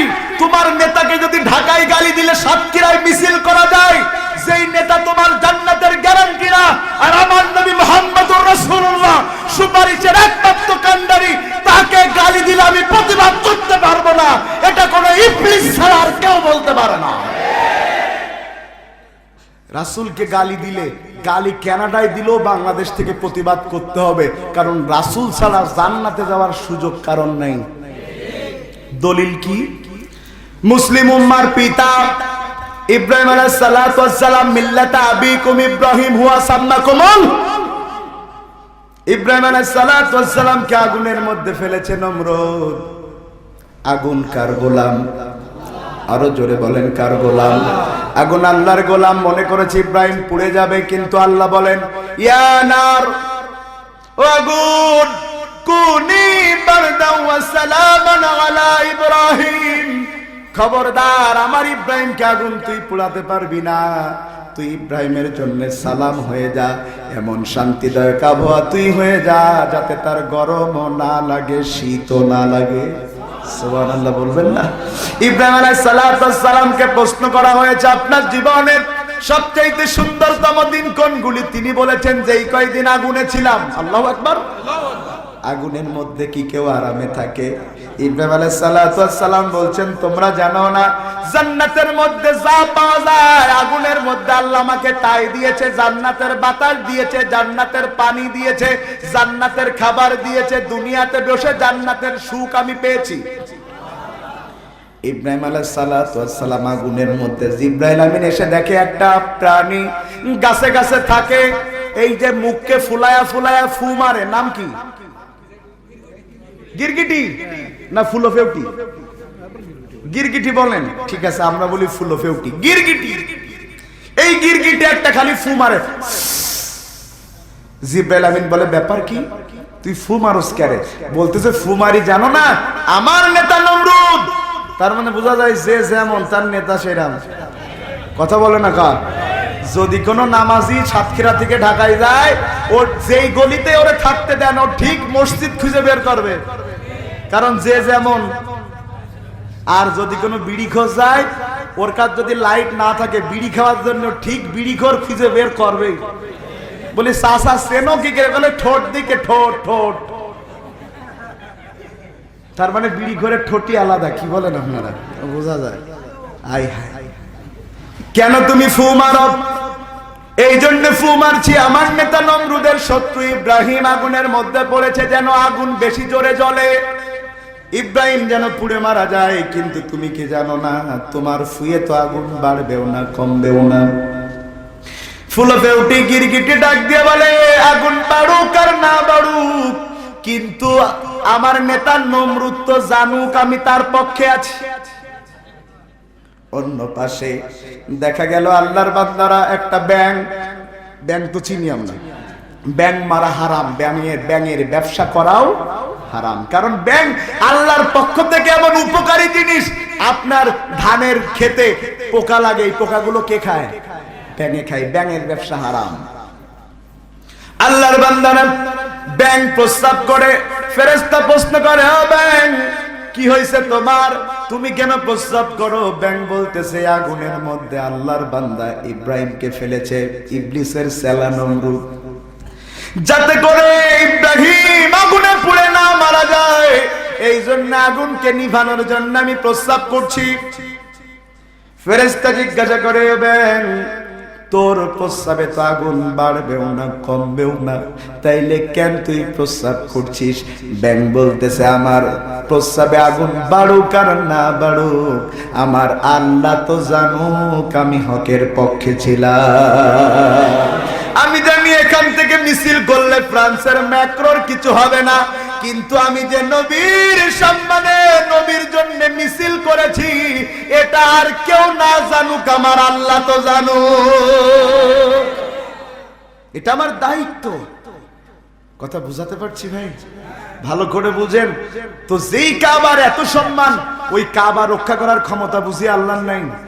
আপনি আমি কেউ না থাকলেও কাবা আল্লাহ রক্ষা করতে পারে। তার প্রমাণ হচ্ছে সূরাতুল ফিল। সুবহানাল্লাহ বলবেন না? এই দুনিয়াতে একজন মানুষ যিনি একটা নকল কাবা বানিয়েছিলেন, নাম তার বাদশাহ আব্রাহা। নাম কি? ও ভাই, আসল আর নকল কোনদিন এক হয়? আপনার মা যতই কালো হোক, আপনার মা, দুনিয়ার কোন মানুষ এসে যদি বলে তোর কালো মাকে আমারে দিয়ে দে, বিনিময়ে তোর 100টা পরিষ্কার মা দেব, কেউ নেবেন? কারণ আপনি জানেন আসল আর নকল কখনো এক। ও ভাই, এদেশে কত হুজুরের সুরে কত হুজুরের আওয়াজ করে, কিন্তু যতই সুরের নকল হুজুর বেরোক না কেন, আসল হুজুরেরটার দাম বেশি। কারণ আসল আর নকল কখনো এক। আব্রাহা কাবা বানিয়েছে, নতুন কাবা, পুরনো কাবার চাইতে বড়, পুরনো কাবার চাইতে সুন্দর। ও ভাই, আগের কাবা যেটা ইব্রাহিম আলাইহিস সালাতু ওয়াস সালাম সংস্কার করেছিলেন, সেটা কিন্তু বড় কাবা ছিল। ছোট হলো কেমনে শোনাবো ভাই? একটুখানি গায়ে লাগবে, একটুখানি গায়ে লাগবে, কষ্ট নিবেন না, তাইলে শোনাতে পারি। শোনাবো কেন বড় কাবা ছোট হলো, একটু শোনাবো। আবু জেহেল তখন মক্কার ক্ষমতায়। কে? আবু জেহেল। তা ক্ষমতায় যে, দেশের সম্পদ রক্ষার দায়িত্ব তার না? তো সে এবার বোর্ড মিটিং ডেকেছে যে আমরা কাবা ঘরকে নতুন করে সংস্কার করব, কাবা ঘর ভেঙে চুরে যাচ্ছে, আসো আমরা সবাই কাবা ঘর সংস্কারের জন্য একটা বাস্তবায়ন কমিটি করেছে। সবাই বস্তা বস্তা টাকা এনেছে কাবা ঘরে দেওয়ার জন্য। কারণ মানুষ যতই অন্যায় করুক, অন্যায়ের টাকা মসজিদ মাদ্রাসায় দিয়ে হালাল করার চেষ্টা করে। কথা বলেন না? 15 কোটি মেরে দেয়, জনগণের ট্যাক্স ফাঁকি দেয় 15 কোটি, টিন ফাঁকি দেয় 5 কোটি, করোনা তেল মেরে দেয় 2 কোটি। ও ভাই, সেখান থেকে 50 লাখ টাকা দান করে দেয়। টাকা মারাও হইল, নাম কিনাও হইল। কথা বলে না কা? ওই যে এক চোর, বলবো ভাই, এক চোর জীবনেও তো নামাজ কালাম পড়ে না, চুরি করে খায়। বউ একদিন বলছে আজকে যদি জুমার নামাজ পড়তে না যাও তোমার ঘর আমি করব না। ও চোর হলেও কিন্তু বোর ভয় করে, কথা বলে না কা। ও চোর পুলিশ খেলেন আর হুজুর আর শ্রোতা খেলেন, বোর ভয় কিন্তু হুজুররাও পায়, কথা বলে না কা। হ্যাঁ, এই বিষয়ে সবাই একমত। একমত না হলে তো বিপদ। পাশের তো শুনতেছে বাড়ি গেলে এরা বানাবে। ও ভাই ভালো করে খেয়াল করেন, চোর বলছে যাও আজকে যাবো জুমার নামাজ পড়তে। জুমার নামাজ পড়তে গেছে, ইমাম সাহেব খুব ভালো ইমাম, আপনাদের মসজিদের ইমাম সাহেবের মতো অনেক যোগ্যতা সম্পন্ন ইমাম। তো তিনি ওই দিন বয়ান করতেছে, কুরবানির বয়ান। চোর বয়ান শুনে কান্তি কান্তি হার্ট ফেল করতে, এত ভালো লেগেছে কুরবানির বয়ান। ওয়াজ শেষে ওয়াজের মধ্যে নিয়ত করেছে আল্লাহ যা আছে জীবনে এইবার আমি গরু কুরবানি করবই। ওমা নামাজ পড়ে বেরোইছে, আবেগ শেষ, চিন্তা করতেছে খাই গরু চুরি করিয়ে, ছাগল চুরি করিয়ে আমি কুরবানি দেবো কন্তে। চিন্তা করতেছে যাতেই রুজি তাতেই পুঁজি, যা করি খাই তাই করে কুরবানি দেবো। ওই সব যা আছে কপালে, দূরের কোনো গ্রাম তো একটা গরু চুরি করে নিয়ে কুরবানি করে দেবো। আগেকার আমল ভাই, গরু টরু মানুষ ছেড়ে দিয়ে রাখতো, মাঠে চুরি তেমন হতো না। ও গরু এনে সকালবেলা রাখছি, ইমাম সাহেব কি হয়েছে, কয় আমার গরু জবাই করেন। ইমাম বলছে তুই গরু পালি কেন? ইমাম সাহেব একদম চুপ, যেমন ভালো মানুষও মসজিদে চাঁদা দেয়, আমি চোরের টাকা মসজিদে যাই, আমার বেতনও খাও। বুঝতেছেন কথা? ও ভাই হুজুররা বর্তমান সময়ে কি বেকায়দায়, কি বেকায়দায় যে হুজুররা বেতন 3 টাকা আর কথা শোনায় 30,000 টাকা, কথা বলে না কা। আর হুজুরদের বেতন, ওরে বাবা সেদিন এক মসজিদে গেলাম, মুয়াজ্জিনের বেতন 1400 টাকা। আমি বললাম আপনার কত টাকা? অনেক টাকা দেয়, আমার ঠকায় না। কত? 1400। ও ঠকায় না। ও ভাই যেই গ্রামে ইমামের বেতন কম ওই গ্রামের মুসল্লিরা দায়ী হবে। দলিল দেব, দলিল দেব। আপনাদের অঞ্চলে ডিশ লাইন নেই? এক একটা বাড়ির ডিশ লাইনই ক টাকা? 150 থেকে 100 টাকা, 150 টাকা। তা আপনাদের এক একটা গ্রামে 300 থেকে 400 ঘরে চলে না? যদি 400 ঘরে 150 করে চলে তাইলে কত টাকা? 60,000 টাকা না? তো যেই গ্রামের লোকেরা, যেই ওয়ার্ডের লোকেরা জাহান্নামে যাওয়ার রাস্তার পিছনে প্রতি মাসে 60,000 টাকা দিতে পারে আর ইমামের বেতন 5,000 টাকা জোটে না, ওরা অবশ্যই জুলুম করছে ইমামের উপরে, জুলুম করছে। ও ডিশ লাইনের সময় টাকা ওর জোটে, ইমামের সময় মাসিক চাঁদা 6 মাস বাকি। আবার ভাই আরবি পড়াই, কি বলে, অঙ্ক পড়াই ছেলের 2000, ইংরেজি পড়াই 2500, বিজ্ঞান পড়াই 3000। ও মা আরবি পড়াই মাসে 150 টাকা, 7 মাস বাকি। টাকা চালি বলে কোরআন পড়িয়ে টাকা নেওয়ার ফতোয়া পাইছো কেন? কনে পাইছো? কথা কন না কা। চোর যখন এই কথা বলেছি, ইমাম বললো ঠিকই তো আছে, সবাইটা জবাই করলে তোরটা জবাই করা লাগবে, কারণ মুসল্লি তো ডিজিটাল। মুসল্লি কি রাগ হচ্ছে আপনাদের? মুসল্লি ডিজিটাল। যদি আপনাদের মসজিদে কোনো মদখোর মদ খেয়ে ঢুকতে দেবেন? কি করবেন? এক চাচা বলতেছ মেরে ফেল দেবো। ও ভাই এবার আপনারা বলেন, মদ খাওয়া বেশি গুনাহ না সুদ খাওয়া বেশি গুনাহ? ওরে ভাই মদখোর মদ খেয়ে মসজিদে ঢুকলে ঢুকতে দেয় না, আর সুদখোর টাকা সুদ খেয়ে মসজিদে ঢুকেছে, কারণ ওর টাকা আছে তাই মসজিদের সভাপতি। এই সময় আর কোন ফতোয়া নেই। হ্যাঁ ঠিকই বলেছে, বলে আবার গলা খাকার দেয় যে আমি আইছি। আবার এখন সভাপতিদের জন্য আলাদা জায়গা রাখা লাগে, কথা বলেন না খা। জবাব দেয়া লাগবে আল্লাহর কাছে। এখন মসজিদ কমিটির দায়িত্বশীল আমরা, চাচা না আসাসা? আন্দাজে কয় আমাদের আসাসা। আমরা কি দাড়ি চাষি? আর কিছু চাচা হয় মসজিদের সভাপতি, দাড়ি নেই। আবার ইমাম নেছে, ইন্টারভিউ নেছে ইমামের, আসাসা।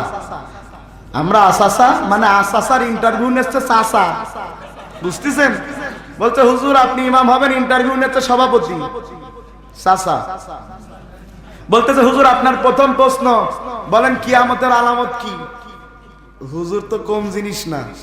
হুজুর বলছে মূর্খরা, সভাপতির দিকে আঙুল দিয়ে বলছে মূর্খরা আলেমদের প্রশ্ন করবে। এ বোঝেননি? বলতেছে কিয়ামতের আলামত কি? তা বলতেছে কিয়ামতের 1 নম্বর আলামত মূর্খরা, মানে তুরা। মূর্খরা জ্ঞানীদের প্রশ্ন করবে, এটা কিয়ামতের আলামত। সভাপতি বলতেছে যে আজকের মতো ইন্টারভিউ বন্ধ, আমার শরীর খারাপ লাগছে।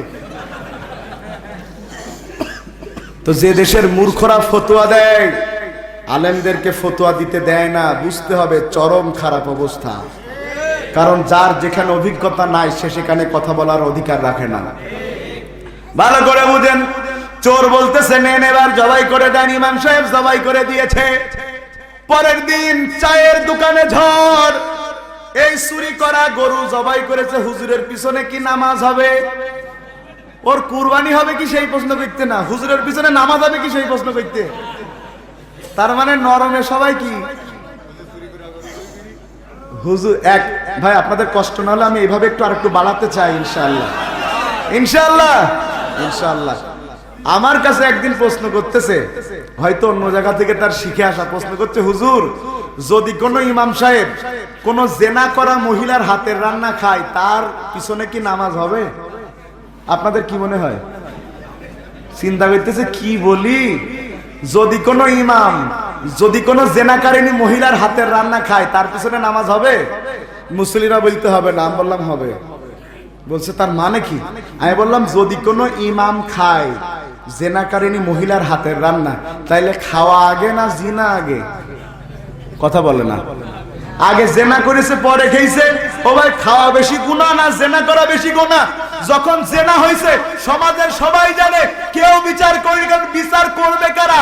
ওরাও তো মাঝে মধ্যে ওর কাছে যায়। হ্যাঁ, বিচার করবে কে? এখন জেনা বন্ধ করবে না, হুজুরির খাওয়া বন্ধ করবে।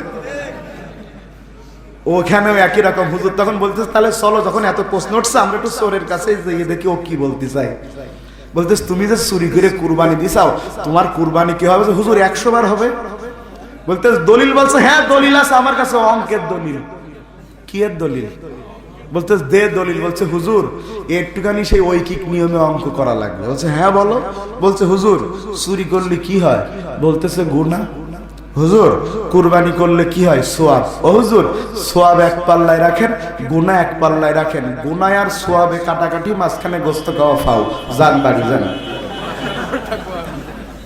সমাজের অবস্থা এমন, লক্ষ লক্ষ কোটি টাকা জনগণের ফাঁকি দিয়ে সেই টাকা দিয়ে মসজিদ মাদ্রাসা করে দেয়। এদিকে 5 তলা বাড়ি করা যায়, পেরানো গাড়ি চলা যায়, আবার দান করে নেতাও হওয়া যায়। মানে চুরি আর দান কাটাকাটি ফাও, মাঝখানে নেতা হয়ে গেছি। কাবা ঘর, আব্রাহা নতুন কাবা ঘর বানিয়েছে, কিন্তু নকলের কাছে কেউ যায়? নতুন কাবা ঘর বানিয়েছে, নকলের কাছে কেউ যাচ্ছে না। আবু জেহেলের যেই কথাটা বলছিলাম একটু শেষ করে নেই। আবু জেহেল ভাষণ দিচ্ছে, আমরা এবার কাবা ঘর সংস্কার করব, কে কত টাকা দিবা? আবু লাহাব বলে এত টাকা, উতবা বলে এত টাকা, সাইবা বলে এত টাকা, ওলীদ ইবনে মুগিরা বলে এত টাকা। আবু জেহেল বলতেছে টাকা পাশে রাখো, বলো এতে কয় টাকা হালাল টাকা? কে বলতেছে? ও কি ইমানদার না বেঈমান? কিন্তু এই জায়গায় ও ইমানদারিত্ব দেখিয়েছে আমাদের চাইতে বেশি। আবু জেহেল বলতেছে এটা আল্লাহর ঘর, আল্লাহর ঘরে কোনো হারাম টাকা চলে না। খবরদার সুদের টাকা, ঘুষের টাকা, জনগণের মারা টাকা মসজিদে দিবা না, একদম বন্ধ। ও মা, সবাই পেছনতে দোল মারতে, কারণ হালাল টাকা তো কারণ নেই। এবার সবাই বস্তা বাড়ি চলে গেছে, পকেটে হালাল টাকা। আমার দেশে দেখবেন অনেকের 5 কোটি 10 কোটি টাকা হজ করতে যাওয়ার সময় জমি বেচে, কারণ ও জানে আমার সব টাকা হারাম টাকা, খালি জমিরটা হালাল টাকা। কোথায় আছেন আপনি? কোথায় আছেন? আবু জেহেল বলতে খবরদার হারাম টাকা আল্লাহর ঘরে লাগাবি না। আবু জেহেলের মতো কাফের বুঝেছে হারাম টাকা আল্লাহর ঘরে লাগে না। আর আমরা ইমামরা, মুয়াজ্জিনরা, মুসল্লিরা বুঝি নাই, হারাম টাকা দিয়ে মসজিদ এসি করে নাম কিনতেছি। এই জন্য মসজিদ হচ্ছে পাকা, ইমানদার হচ্ছে কাঁচা। বুঝেছেন আমার কথা? আজ অস্ট্রেলিয়া কমিটি মনে টাকা দেবে না। কমিটি ভাববেন এ টাকা কনের টাকা তো কিরা জানে। ভালো করে খেয়াল করেন ভাই, আব্রাহা নতুন যে ঘর বানাইছে কাবা ঘর, এখানে কেউ যায় না, কারণ নকলের কাছে কেউ। এবার আব্রাহা চিন্তা করেছে তাইলে ঘরটা উদ্বোধন করা লাগবে, সবাই জানবে নতুন একটা কাবা হইছে। পৃথিবীর সেরা সেরা বাদশাদেরকে দাওয়াত দিয়েছে, আগামী অমুক তারিখে উদ্বোধন হবে নতুন কাবা। যেদিন উদ্বোধন হবে তার আগের দিন রাতে কাবার, নতুন কাবার আশেপাশের কিছু যুবক ওরা ঘুমিয়ে আছে, ঘুমানোর মধ্যে কে যেন স্বপ্ন দেখায়, আর দাঁড়িয়ে থাকিস না, তাড়াতাড়ি যা, আব্রাহা নতুন কাবা উদ্বোধন করার আগে তোরা নতুন কাবা পায়খানা করে উদ্বোধন করে দিয়া। ঘুমের মধ্যে সবার পায়খানা চেপেছে, সবাই উঠে দৌড় দিচ্ছে, কই যাস, কই হাত দি যায়। বুঝেন কথা? দেখে অনেক মানুষ যায়, অনেক যুবকরা যাচ্ছে। তাফসীরের বর্ণনায় বলা হয়েছে কুরাইশদের কিছু যুবক ছিল, তারা সবাই যায়। ও ভাই, আব্রাহা উদ্বোধন করার আগেরা পায়খানা করে উদ্বোধন করিয়া লাইছে। এক একজন, ও ভাই সব কাজ একসাথে করা যায়, যত কাছের বন্ধু একসাথে কি পায়খানা করা যায়? কথা বলে না। এক একজন এক এক কোনায় কানায় অন্ধকারে যে পায়খানা করার পরে বলতেছে, এই আমরা যে পায়খানা করলাম, আমরা তো কেউ শৌচ কার্য করার জন্য পানিও আনিনি, টিস্যু আনিনি, করব কি? এদের মধ্যে যেটা বড় বলতেছে, একটা কাজ কর, এই নতুন কাবার দেয়ালে যত কোনা কানি আছে সব মুছিয়ালা। এখন শুধু নিচে না, ওর রঙের ওপরে আর এক রং, সহি তাফসীর, বানানো কাহিনী না, রঙের উপরে আর এক রং, মানে নিচেটাও পরিষ্কার করলে হতো, আর এ তো টিস্যুর মতো করে লাগাই আলাইছে, কেমনে পরিষ্কার করবে? সব পায়খানা করে বাড়ি চলে গেছে। পরের দিন সকালে উদ্বোধন করবে, হাজির হয়ে গেছে লোকজন, এসে দেখে সর্বনাশ, আব্রাহা উদ্বোধন করার আগে কারা যেন উদ্বোধন করে ফেলেছে। ঘরে ঢুকে দেখে যেদিকে যায় সেদিকে পায়খানার গন্ধ, কিরে শুধু নিচে না, কোনায় কানায় গন্ধ। এত রাগ হয়েছে আব্রাহার, বলছে চলো, যতদিন পুরনো কাবা আছে ততদিন কোনোভাবে নতুন কাবার মর্যাদা আসবে না, তাইলে চলো আমরা একটু পুরানো কাবাকে ভেঙে আসি। কিন্তু ওরা জানে না, ক্ষমতা থাকলেই কাবাকে ভাঙা যায় না, কারণ ইন্না ওয়ালা বাইতিন উদিয়া লিন্নাসি লাল্লাযী বিবাক্কা, পৃথিবীর প্রথম ঘর কাবায় ঘর বানিয়েছেন কে? আরো জোরে বলেন, কে বানিয়েছেন? আল্লাহ যদি তার ঘরকে বাঁচাতে চায়, দুনিয়ার কেউ ভাঙতে পারবে না। আর যদি কোনো ইমানদার বেঁচে থাকে, রাসূলের কটূক্তি হোক, এটা কোনো ইমানদার মানতে পারে না। কিন্তু ওই সময় তো রাসূল দুনিয়াতে আসেনি, রাসূলের দুনিয়া আসার 50 দিন আগের ঘটনা, তার মানে তখন কোনো মুসলমান নাই। মুসলমান নাই কিন্তু আল্লাহ তো আছে। কথা বলে না কা? মুসলমান নাই, কে আছে? কালীগঞ্জে মাহফিল করে আসলাম কয়দিন পরে, মাহফিল অনেকেই হতে দিবে না, এই সেই। আহা, মঞ্চে এসে উঠলেন একজন হিন্দু আওয়ামী লীগ নেতা, তিনি বললেন, ভাই আপনি ওয়াজ করেন, আপনার ওয়াজ যতক্ষণ চলবে আমি পাশে বসে আছি। সুবহানাল্লাহ কইতে ইচ্ছা করলো না? মুসলিমরা সাহস পারল না।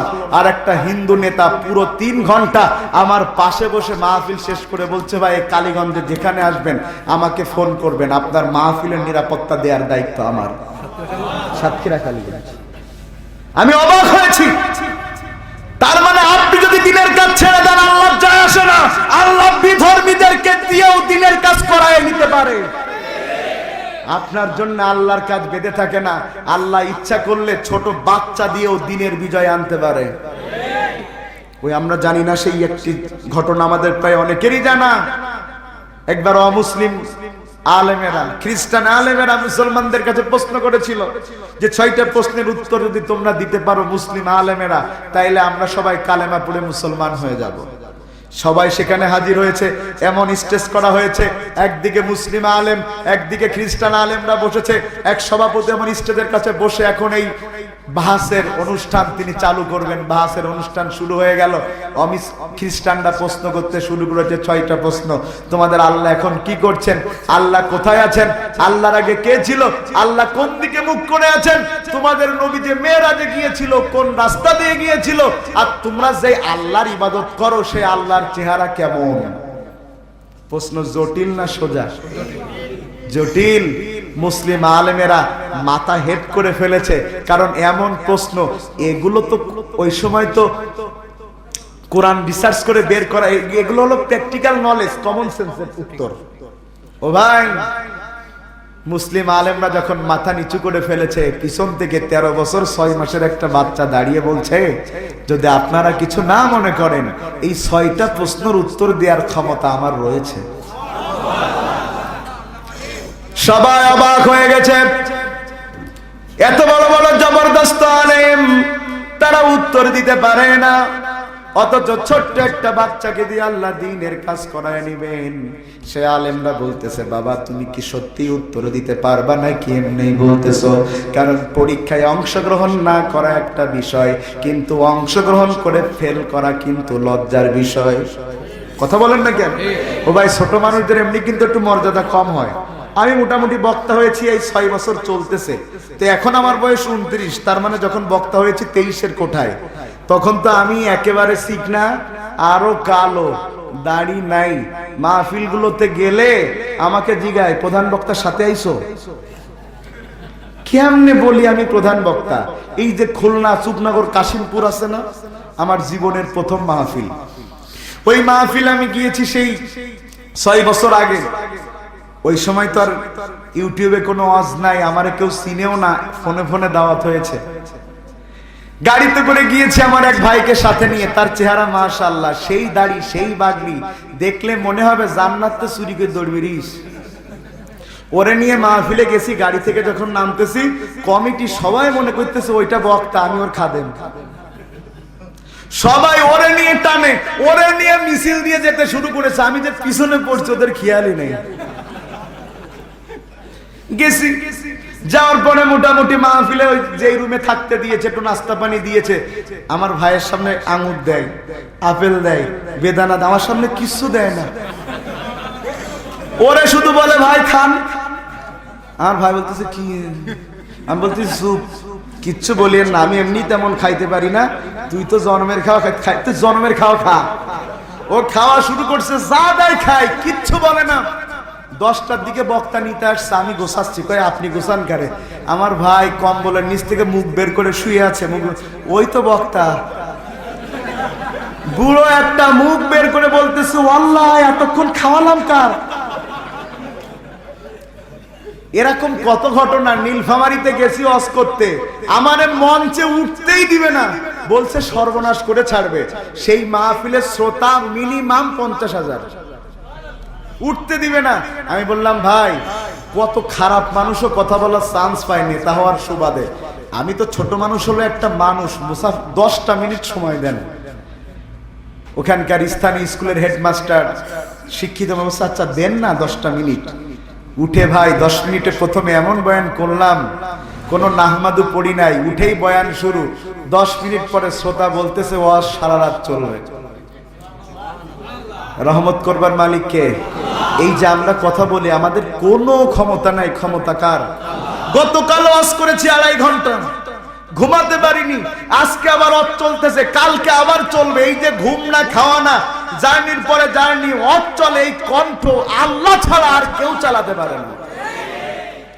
ছোট বাচ্চা যখন বলছে আমি উত্তর দিতে পারবো, তখন সবাই অবাক হয়ে গেছে, পারবা? হ্যাঁ পারবো। সুবহানাল্লাহ। আচ্ছা তাইলে প্রশ্নের উত্তর পর্ব শুরু হোক। বাচ্চা বলছে অনুষ্ঠান শুরু করলেই হবে না, অনুষ্ঠান শুরু করলেই হবে না, তার আগে আমার একটা আর্গুমেন্ট আছে। বলে হ্যাঁ বলো। বলে যে এই 6টা প্রশ্ন তোমরা করেছো, তোমরা কি উত্তর জানো? কয় জানি না। আর মুসলমান আলেমেরা তো প্রশ্নও জানতো না, মাত্র প্রশ্ন জেনেছে, উত্তর দূরে থাক। বাচ্চা ডাক দিয়ে বলে, এত জনগোষ্ঠীর মধ্যে আমি একজন মানুষ যে প্রশ্নও জানি উত্তরও জানি, এবার তোমরা বলো শ্রেষ্ঠ কে? সবাই বলছে তুমি। বলছে তাইলে শ্রেষ্ঠ মানুষই তো সভাপতির চেয়ারে বসবে। ওই মূর্খ বসবে কেন? ওখানে তো আমি বসার কথা, কারণ সবার চাইতে আমি জেনেছি বেশি। সুবহানাল্লাহ। আমার ভাইয়েরা খেয়াল করেন,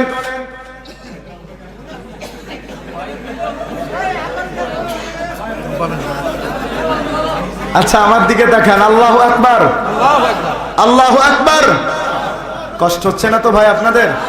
1.5 ঘন্টা হয়ে গেছে, ওয়াজ শেষ করে দেই। ওয়াজ চলবে এখনো তো সেই রাষ্ট্র ব্যবস্থা 4টার মোটে 1টাতে এসে ঢুকেছি, বাকি 3টা বাকি। 13.5 বছরের বাচ্চা। ও ভাই ভালো করে খেয়াল করেন,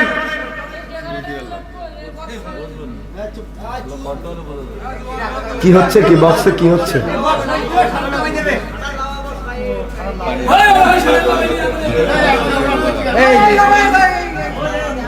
এ তো 10 মিনিট নষ্ট করে ফেলবে। ঠিক আছে, হয়ে গেছে। আল্লাহু আকবার।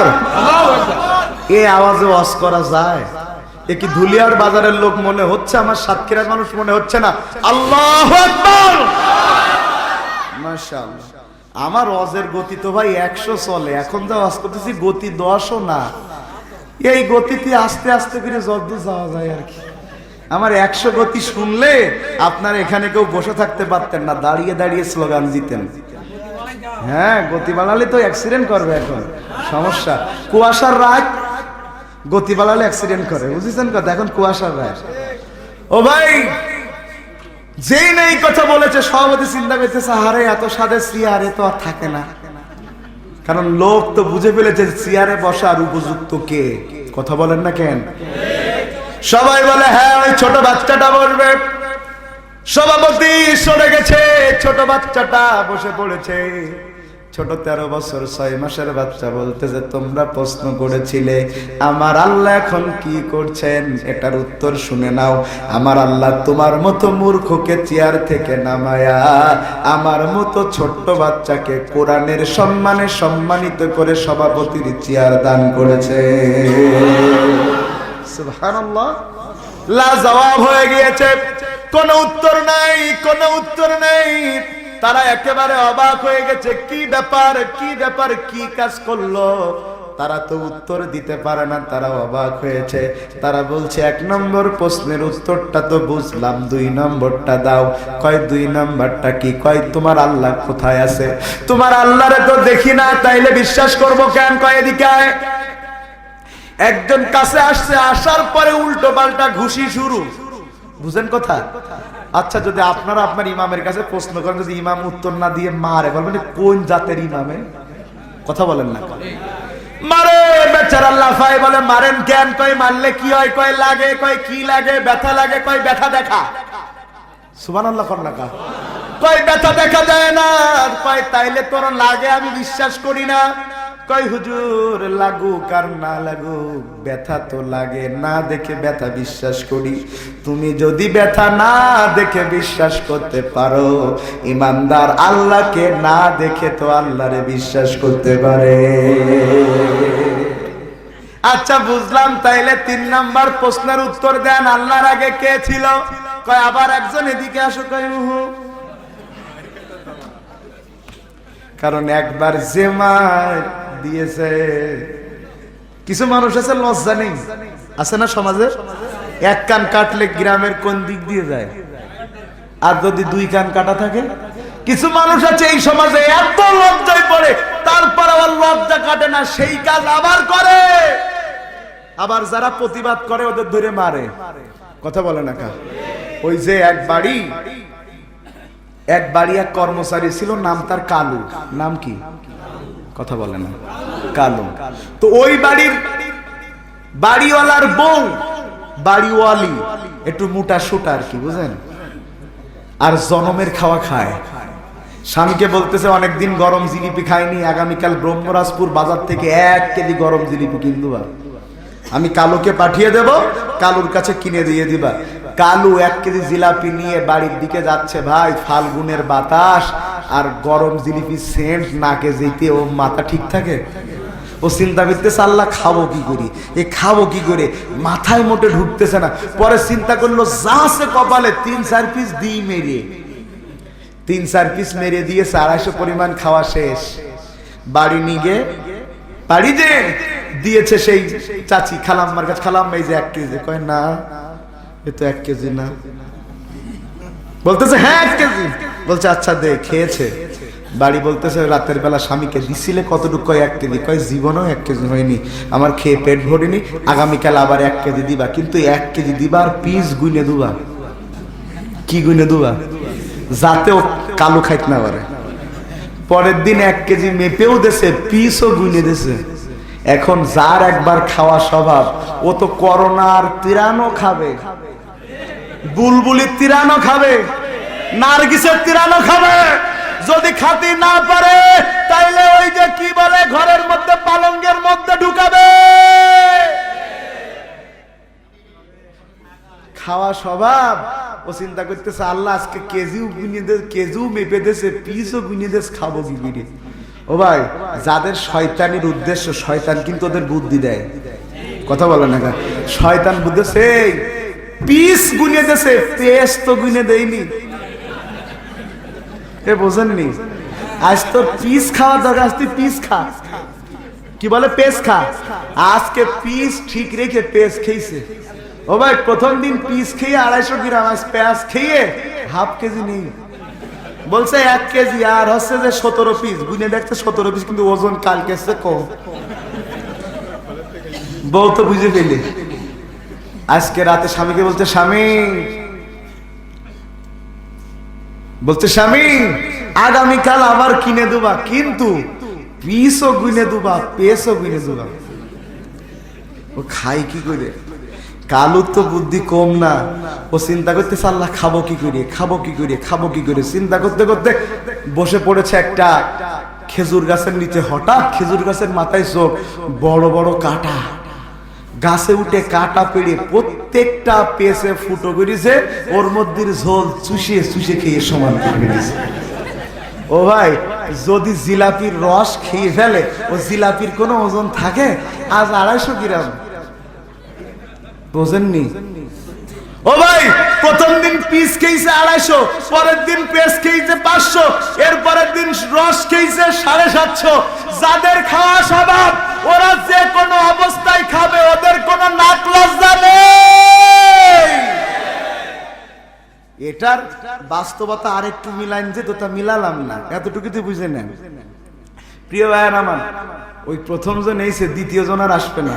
বলতেছে এই সব প্রশ্নের উত্তর তো এক না, এটাই মারবো বলিস, এদিকায় তুই লেখাপড়া জানিস? কয় জানি। কয় গোন, 0 থেকে 10 পর্যন্ত গোন। 0, 1, 2, 3, 4, 5, 6, 7, 8, 9, 10। আবার পিছন থেকে গোন, 10, 9, 8, 7, 6, 5, 4, 3, 2, 1, 0। কয় 0 আগে কি? বলতেছে আপনার মাথা খারাপ, 0 আগে কিছু আছে? কয় 0 আগে যদি কিছু না থাকলে অঙ্কের হিসাব মিলে, 0 আগে কিছু না থাকলেও যদি অঙ্ক করা যায়, তাইলে আমার আল্লাহ 0, তার আগে আর কিচ্ছু নাই। তারপরও বান্দা তার রবকে অস্বীকার করতে পারে না, তার ঈমান মিলে যায়, আকীদা মিলে যায়।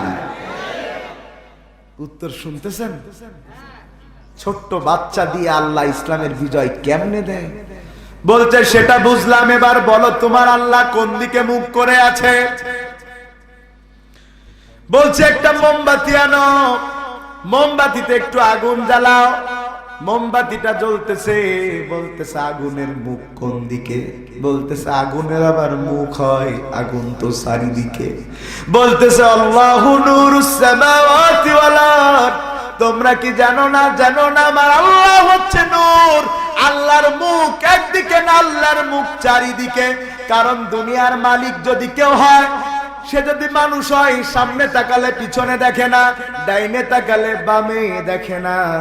আর আমার আল্লাহ এমন রাষ্ট্রের মালিক, আমার আল্লাহ সব দিকে তাকায়, আমার আল্লাহর কোনো দিকে মুখ করা লাগে না, সব দিকটাই হলো আল্লাহর নূরের আওতা। ডাক দেয়া বলে সেটা বুঝলাম, এবার বলো তোমাদের নবী মেরাজে গিয়েছিল, কোন দরজা দিয়ে ঢুকেছিল? আরশের, এই যে আরশের বর্ণনা কিছুক্ষণ আগে দিলাম, কোন দরজার বর্ণনা দিয়েছি? কোন দরজা দিয়ে ঢুকেছিল বলছে, সেটা যদি বুঝতে হয় তোমাদের একটা ডিম আনতে হবে। ডিম কি? বলতেছে কেমন ডিম? বলছে যেই ডিম 19 দিন, মুরগির ডিম হলে 19 দিন, হাঁসের ডিম হলে 21 দিন, তাওয়া দিয়েছে, ডিম ফুটে বাচ্চা বের হবে, এমন ডিম আনতে হবে। এমন ডিম এনেছে, কানের কাছে ধরলে কিসির মিসির আওয়াজ করে না, কথা বলে না। সভাপতি যিনি ছিলেন এর আগে, তার কানে ধরে বলে কি শুনেন? কয় কিসির মিসির ডাকে মুরগির বাচ্চা। বলে এবার আপনি দেখান এই ডিমের কোন দরজা দিয়ে বাচ্চাটা ঢুকেছে। সুবহানাল্লাহ নাই? ও ভাই, কোন দরজা আছে? কোন দরজা আছে? কোন দরজা নাই। ও দুনিয়ার মানুষেরা, একটা মুরগির বাচ্চা যদি বিনা দরজায় ডিমের মধ্যে থাকতে পারে, তাইলে শুনে নাও, জেনে নাও, বুঝে নাও, দুনিয়ার সেরা সৃষ্টি মুহাম্মদুর রাসূলুল্লাহ বিনা দরজায় ও আল্লাহর দরবারে হাজিরা দিতে পারে। বলছে সব বুঝলাম, 6 নম্বর উত্তর দাও। বলে 6 নম্বর কি প্রশ্ন? তোমাদের আল্লাহ দেখতে কেমন? এবার তিনি এখানে দাওয়ার কাজ করলেন। এতক্ষণ উত্তর দিয়ে বললেন আল্লাহকে আমিও দেখি নাই, তোমরাও দেখোনি, তবে আল্লাহকে দেখা যাবে একদিন, যদি তোমরা কালেমা পড়ে মুসলমান হয়ে যাও। আর যদি আল্লাহ জান্নাত দেয়, ওই দিন আল্লাহ 70,000 নূরের পর্দাকে সরায়া বান্দার সামনে নিজের চেহারায় আল্লাহ হাজির হয়ে যাবে। যখন জান্নাতীরা জান্নাতে চলে যাবে, জান্নাতীদের নিয়ে বিশাল এক তাফসীর মাহফিল অনুষ্ঠিত হবে। ওই তাফসীর মাহফিলের সভাপতিত্ব করবেন স্বয়ং আল্লাহ রাব্বুল আলামিন। সুবহানাল্লাহ। ওই মাহফিলের প্রধান অতিথি থাকবেন জনাবে মুহাম্মদুর রাসূলুল্লাহ। কি মর্যাদার নবী! সব নবীর মধ্যে সেরা নবী মুহাম্মদুর রাসূলুল্লাহ। প্রত্যেক নবী এই নবীর উম্মত হতে চেয়েছে, আর আপনি আমি বিনা দরখাস্তে সেই নবীর উম্মত হয়েছে। আপনার আমার নবী বলছেন আমি কেমন নবী শুনো। ভাই কষ্ট হচ্ছে না তো? আমি কেমন নবী শুনো। আমি যখন মেরাজে গেলাম, মেরাজে যাওয়ার পরে আমি দেখলাম এক একটা মিছিল, কোন মিছিলে 10 জন, কোন মিছিলে 40 জন, কোন মিছিলে 80 জন, কোন মিছিলে 100 জন, কোন মিছিলে 200 জন। আমি প্রশ্ন করলাম জিব্রাইল, এই মিছিলগুলো কই যায়? জান্নাতে যায়। আলাদা আলাদা মিছিল কেন? এক এক নবীর উম্মতের মিছিল। এটা আদমের মিছিল, এটা শীষের মিছিল, এটা হুদের মিছিল, এটা শুআয়বের মিছিল, এটা ঈসার মিছিল, এটা মুসার মিছিল, এটা সুলাইমানের মিছিল, এটা দাউদের মিছিল, এটা ইব্রাহিমের মিছিল, এটা ইসহাকের মিছিল, এটা ইসমাইলের মিছিল। সুবহানাল্লাহ। এক এক নবীর মিছিলে যায়, কারণ কোন নবীর উম্মত 10, কোন নবীর উম্মত 20। হঠাৎ আল্লাহর নবী খেয়াল করেন একটা মিছিল যায়, এত বড় এত বড় এত বড় মিছিল, যেই মিছিলের শুরু আছে শেষ নাই। সুবহানাল্লাহ। আল্লাহর নবী জিজ্ঞাসা করে জিব্রাইল, এই সবচেয়ে বড় মিছিলটা কার মিছিল? এত বড় মিছিল তো পুরো মাঠ জুড়ে যেন একটা নবীর উম্মতের মিছিল, এটা কোন নবীর মিছিল? ও নবী, সবচাইতে বড় মিছিলটা হচ্ছে আপনি নবীর উম্মতের মিছিল। ও নবী, যতক্ষণ আপনার উম্মত জান্নাতে না যাবে, ততক্ষণ অন্য কোন নবীর উম্মত জান্নাতে প্রবেশ করতে পারবে না। আল্লাহু আকবার। সেই নবী আমাদের কলিজা। আমি আমার মায়ের চাইতে নবীকে বেশি ভালোবাসি। আমার জীবনের রক্ত বিন্দু দিয়ে, আমার সর্বোচ্চ দিয়ে আমি আমার নবীকে ভালোবাসি। আপনি আমার মাকে গালি দেন, আমি কিচ্ছু বলবো না। আপনি আমার বাবাকে গালি দেন, আমি কিচ্ছু বলবো না। আপনি আমার দলকে গালি দেন, আমি কিচ্ছু বলবো না। আপনি আমার নেতাকে গালি দেন, আমি কিচ্ছু বলবো না। কিন্তু যদি আপনি আমার নবীর কটূক্তি করেন, আমার নবীকে গালি দেন, যেই জিহ্বা দিয়ে গালি দিবেন, ওই জিহ্বাকে দিয়ে কুত্তার খাদ্য বানানো হবে, কুত্তার খাদ্য বানানো হবে।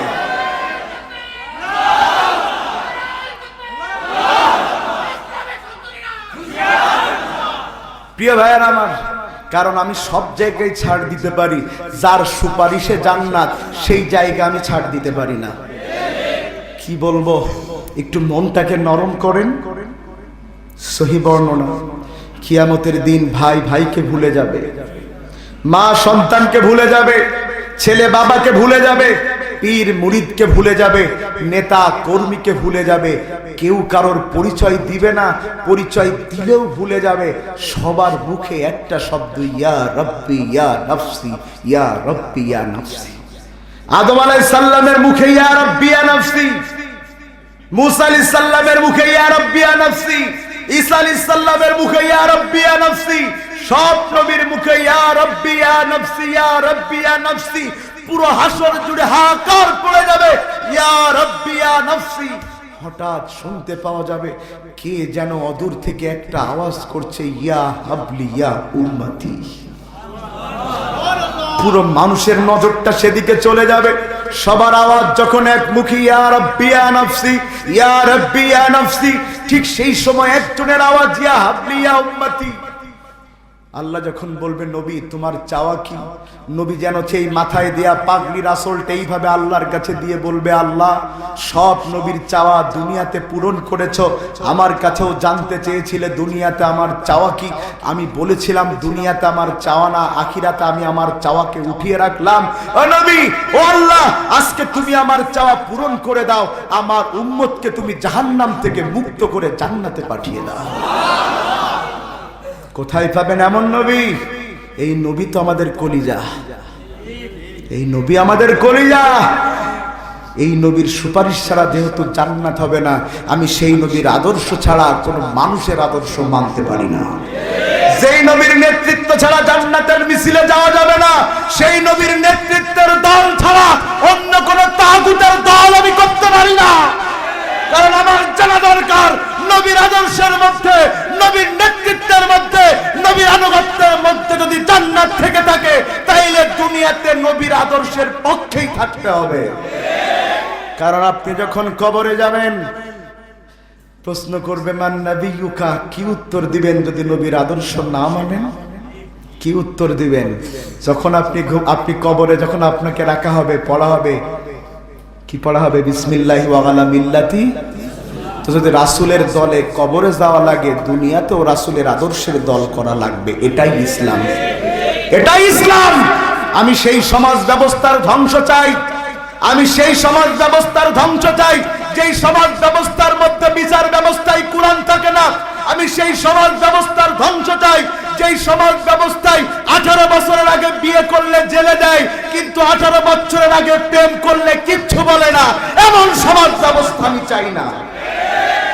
আমি এমন সমাজ ব্যবস্থা চাই না যেই সমাজ ব্যবস্থাতে কেউ ধর্ষিত হলে বিচার হতে 20 বছর লাগে।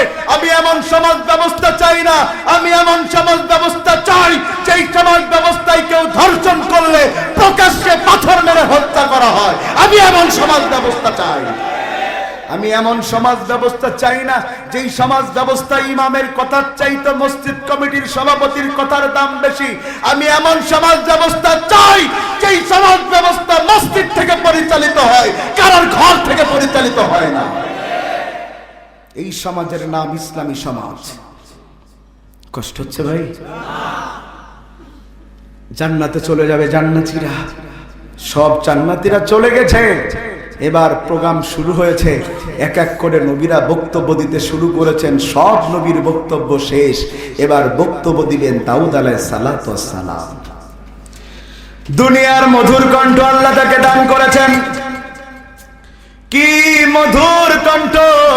তিনি যখন তেলাওয়াত করেন তার কিতাব থেকে, আকাশের ওড়া পাখিগুলো ওড়া বন্ধ করে দিয়া গাছের ডালে বসে বসে তার তেলাওয়াত শুনে, নদীর মধ্যে মাছগুলো বিচরণ করা বাদ দিয়া নদীর কিনারায় এসে এত মনোযোগ দিয়ে তারা তেলাওয়াত শুনে, মাছগুলাকে ধরে নিয়ে খাঁচার মধ্যে বন্দি করলেও টের পায় না। সুবহানাল্লাহ।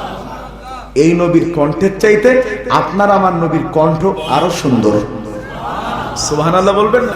দাউদ আলাইহিস সালামের তেলাওয়াত শেষ, আল্লাহ ডাক দিয়ে বলবেন এবার তেলাওয়াত করবেন সেই নবী কুরআনের জন্য সবচাইতে কষ্ট যিনি বেশি সহ্য করেছেন। এবার তেলাওয়াত করবেন সেই নবী যিনি কোরআনের জন্য তায়েফের ময়দানে রক্ত ঝরিয়েছেন। এবার তেলাওয়াত করবেন সেই নবী যিনি কোরআনের জন্য 3 বছর জেল খেটেছেন। এবার তেলাওয়াত করবেন সেই নবী যেই নবী উহুদের ময়দানে দাঁত ভেঙেছেন। এবার তেলাওয়াত করবেন সেই নবী যেই নবী নিজের দেশ ছেড়ে হিজরত করে মদিনায় চলে গিয়েছেন। আল্লাহর নবী তেলাওয়াত শুরু করবেন সূরা ইয়াসিন থেকে। ইয়াসিন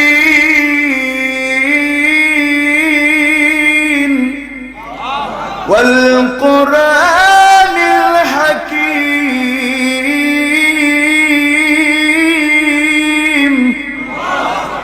মানুষ পিঠ বাঁধন নীরবতায় তেলাওয়াত শুনতেই থাকবে, শুনতেই থাকবে, শুনতেই থাকবে। এক পর্যায়ে আল্লাহ ডাক দিয়ে বলবেন নবী এবার তেলাওয়াত তুমি থামাও, এবার আমি সেই আল্লাহ তেলাওয়াত করব যে আল্লাহকে না দেখে বান্দা 18 ঘন্টা না খেয়ে রোজা রেখেছে। আমি এখন সেই আল্লাহ তেলাওয়াত করব যে আল্লাহকে না দেখে তাহাজ্জুদের শীতের রাতেতে তাহাজ্জুদের নামাজের জন্য ঠান্ডা পানিতে ওযু করেছে আমি আল্লাহর জন্য। আমি সেই আল্লাহ এখন তেলাওয়াত করব যে আল্লাহর সন্তুষ্টির জন্য দিনের পর দিন সন্তানের মুখ দেখতে পারেনি, মায়ের মুখ দেখতে পারেনি, তারপরেও আমি আল্লাহকে ছেড়ে যাইনি। আল্লাহ তেলাওয়াত করবেন সূরা রহমান। সুবহানাল্লাহ। ইমামে আজম আবু হানিফা তিনি হচ্ছেন ওই 13 বছর 6 মাসের বাচ্চা। সুবহানাল্লাহ। তিনি এবার ডাক দিয়ে বলতেছেন, ও খ্রিস্টান আলেমেরা, ওই দিন যদি আল্লাহকে দেখতে তোমরা চাও কালেমা পড়ে সেই আল্লাহর বান্দায় পরিণত হয়ে যাও। তাহলে যে এই কথা বলছিলাম, আল্লাহ যদি পারেন ছোট্ট বাচ্চা দিয়ে দিনের বিজয় দিতে, সে আল্লাহ 180 কোটি মুসলমান আমরা পৃথিবীতে যদি আমরা এখনো এক হয়ে একটা স্লোগান তুলতে পারি, আল্লাহর কসম দিন কায়েম হতে বাকি থাকবে না। একটা স্লোগানের দরকার, একটা স্লোগান, কিন্তু এক একজন দিলে হবে না, সবাই মিলে একটা স্লোগান। এদেশে ইসলাম কায়েম হয় না।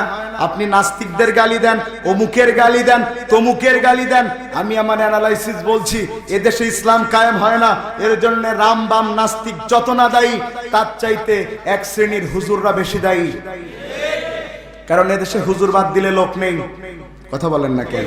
48,000 পীর, পীরের মুরিদ, খানকা, মসজিদ, মাদ্রাসার ইমাম, মুয়াজ্জিন, শিক্ষক, ছাত্র, বক্তা, বক্তা, শ্রোতা সবাই যদি এক হয়ে একটা স্লোগান তুলতে পারতাম দিন কায়েমের জন্য, এই দেশে ইসলামের বিরুদ্ধে কথা বলার মতো কত মানুষ খুঁজে পাওয়া যেত না। ইসলামের পতাকা পথ পথ করে বাংলার আকাশে কেউ উড়ানো ঠেকাতে পারত না। কিন্তু কিয়ামত হবে, হুজুররা এক হবে না। বিশ্বাস হয়? হ্যাঁ ও ভাই, আলোচনা আমাদের প্রায় 1 ঘন্টা 50 মিনিট হয়ে গেছে ভাই। আমি শেষের দিকে যেতে চাচ্ছিলাম একটু। আমার তো বলতে ইচ্ছা আছে, কিন্তু আমার শরীরে আর পাইতে না, বুঝেছেন প্রিয় ভাইয়ের আমার। তো আমি আব্রাহার এই কথাটা বলে দেখি একটু, এইটা একটু বলে নিই। আর ওই 3টা বাকি রাষ্ট্র গঠনের বাকি 3টা বলতে গেলে তারও 3 রাত লাগবে, ওদিকে আর যাওয়া যাবে না আজকে। তো ভালো করে শুনুন, আব্রাহা এবার চিন্তা করলো কাবা ভাঙবে। কি ভাঙবে? রওনা দিয়েছে হাতি বাহিনী নিয়ে। বাহিনীটা হলো হাতির বাহিনী, আসহাবুল ফিল, হাতির বাহিনী। এ 2-1 উঠছেন কেন? আমি উঠতেছে না। ও যদি 2-1 প্রস্তাবে যান সমস্যা নাই, তবে যদি প্রস্তাবের নাম করে দড়ি মারেন আমার বসেই থুয়ে এমন বদদোয়া করব, স্প্রে শুরু হবে শেষ হবে না। প্রিয় ভাইয়ের আমার, আমরা আলোচনা শেষের দিকে যাওয়ার আগে আব্রাহার কথাটা বলে শেষ করতে চাই। একটু জিকির করি লা ইলাহা। ঠিক আছে ভাই, ঠিক আছে, ঠিক আছে। লা ইলাহা ইল্লাল্লাহ মুহাম্মাদুর রাসূলুল্লাহ। আব্রাহা কাবাঘর ভাঙার জন্য রওনা দিয়েছে, কিন্তু ও জানে না কাবাঘর রক্ষার জন্য আল্লাহর স্পেশাল বাহিনী আছে। সুবহানাল্লাহ। রওনা দিয়েছে, যাওয়ার পথে দেখে কাবার পাশে কার যেন দুম্বাগুলো চড়ে, কার গরুগুলো চড়ে, সেইগুলো দখল করে নিয়েছে আব্রাহা বাহিনী।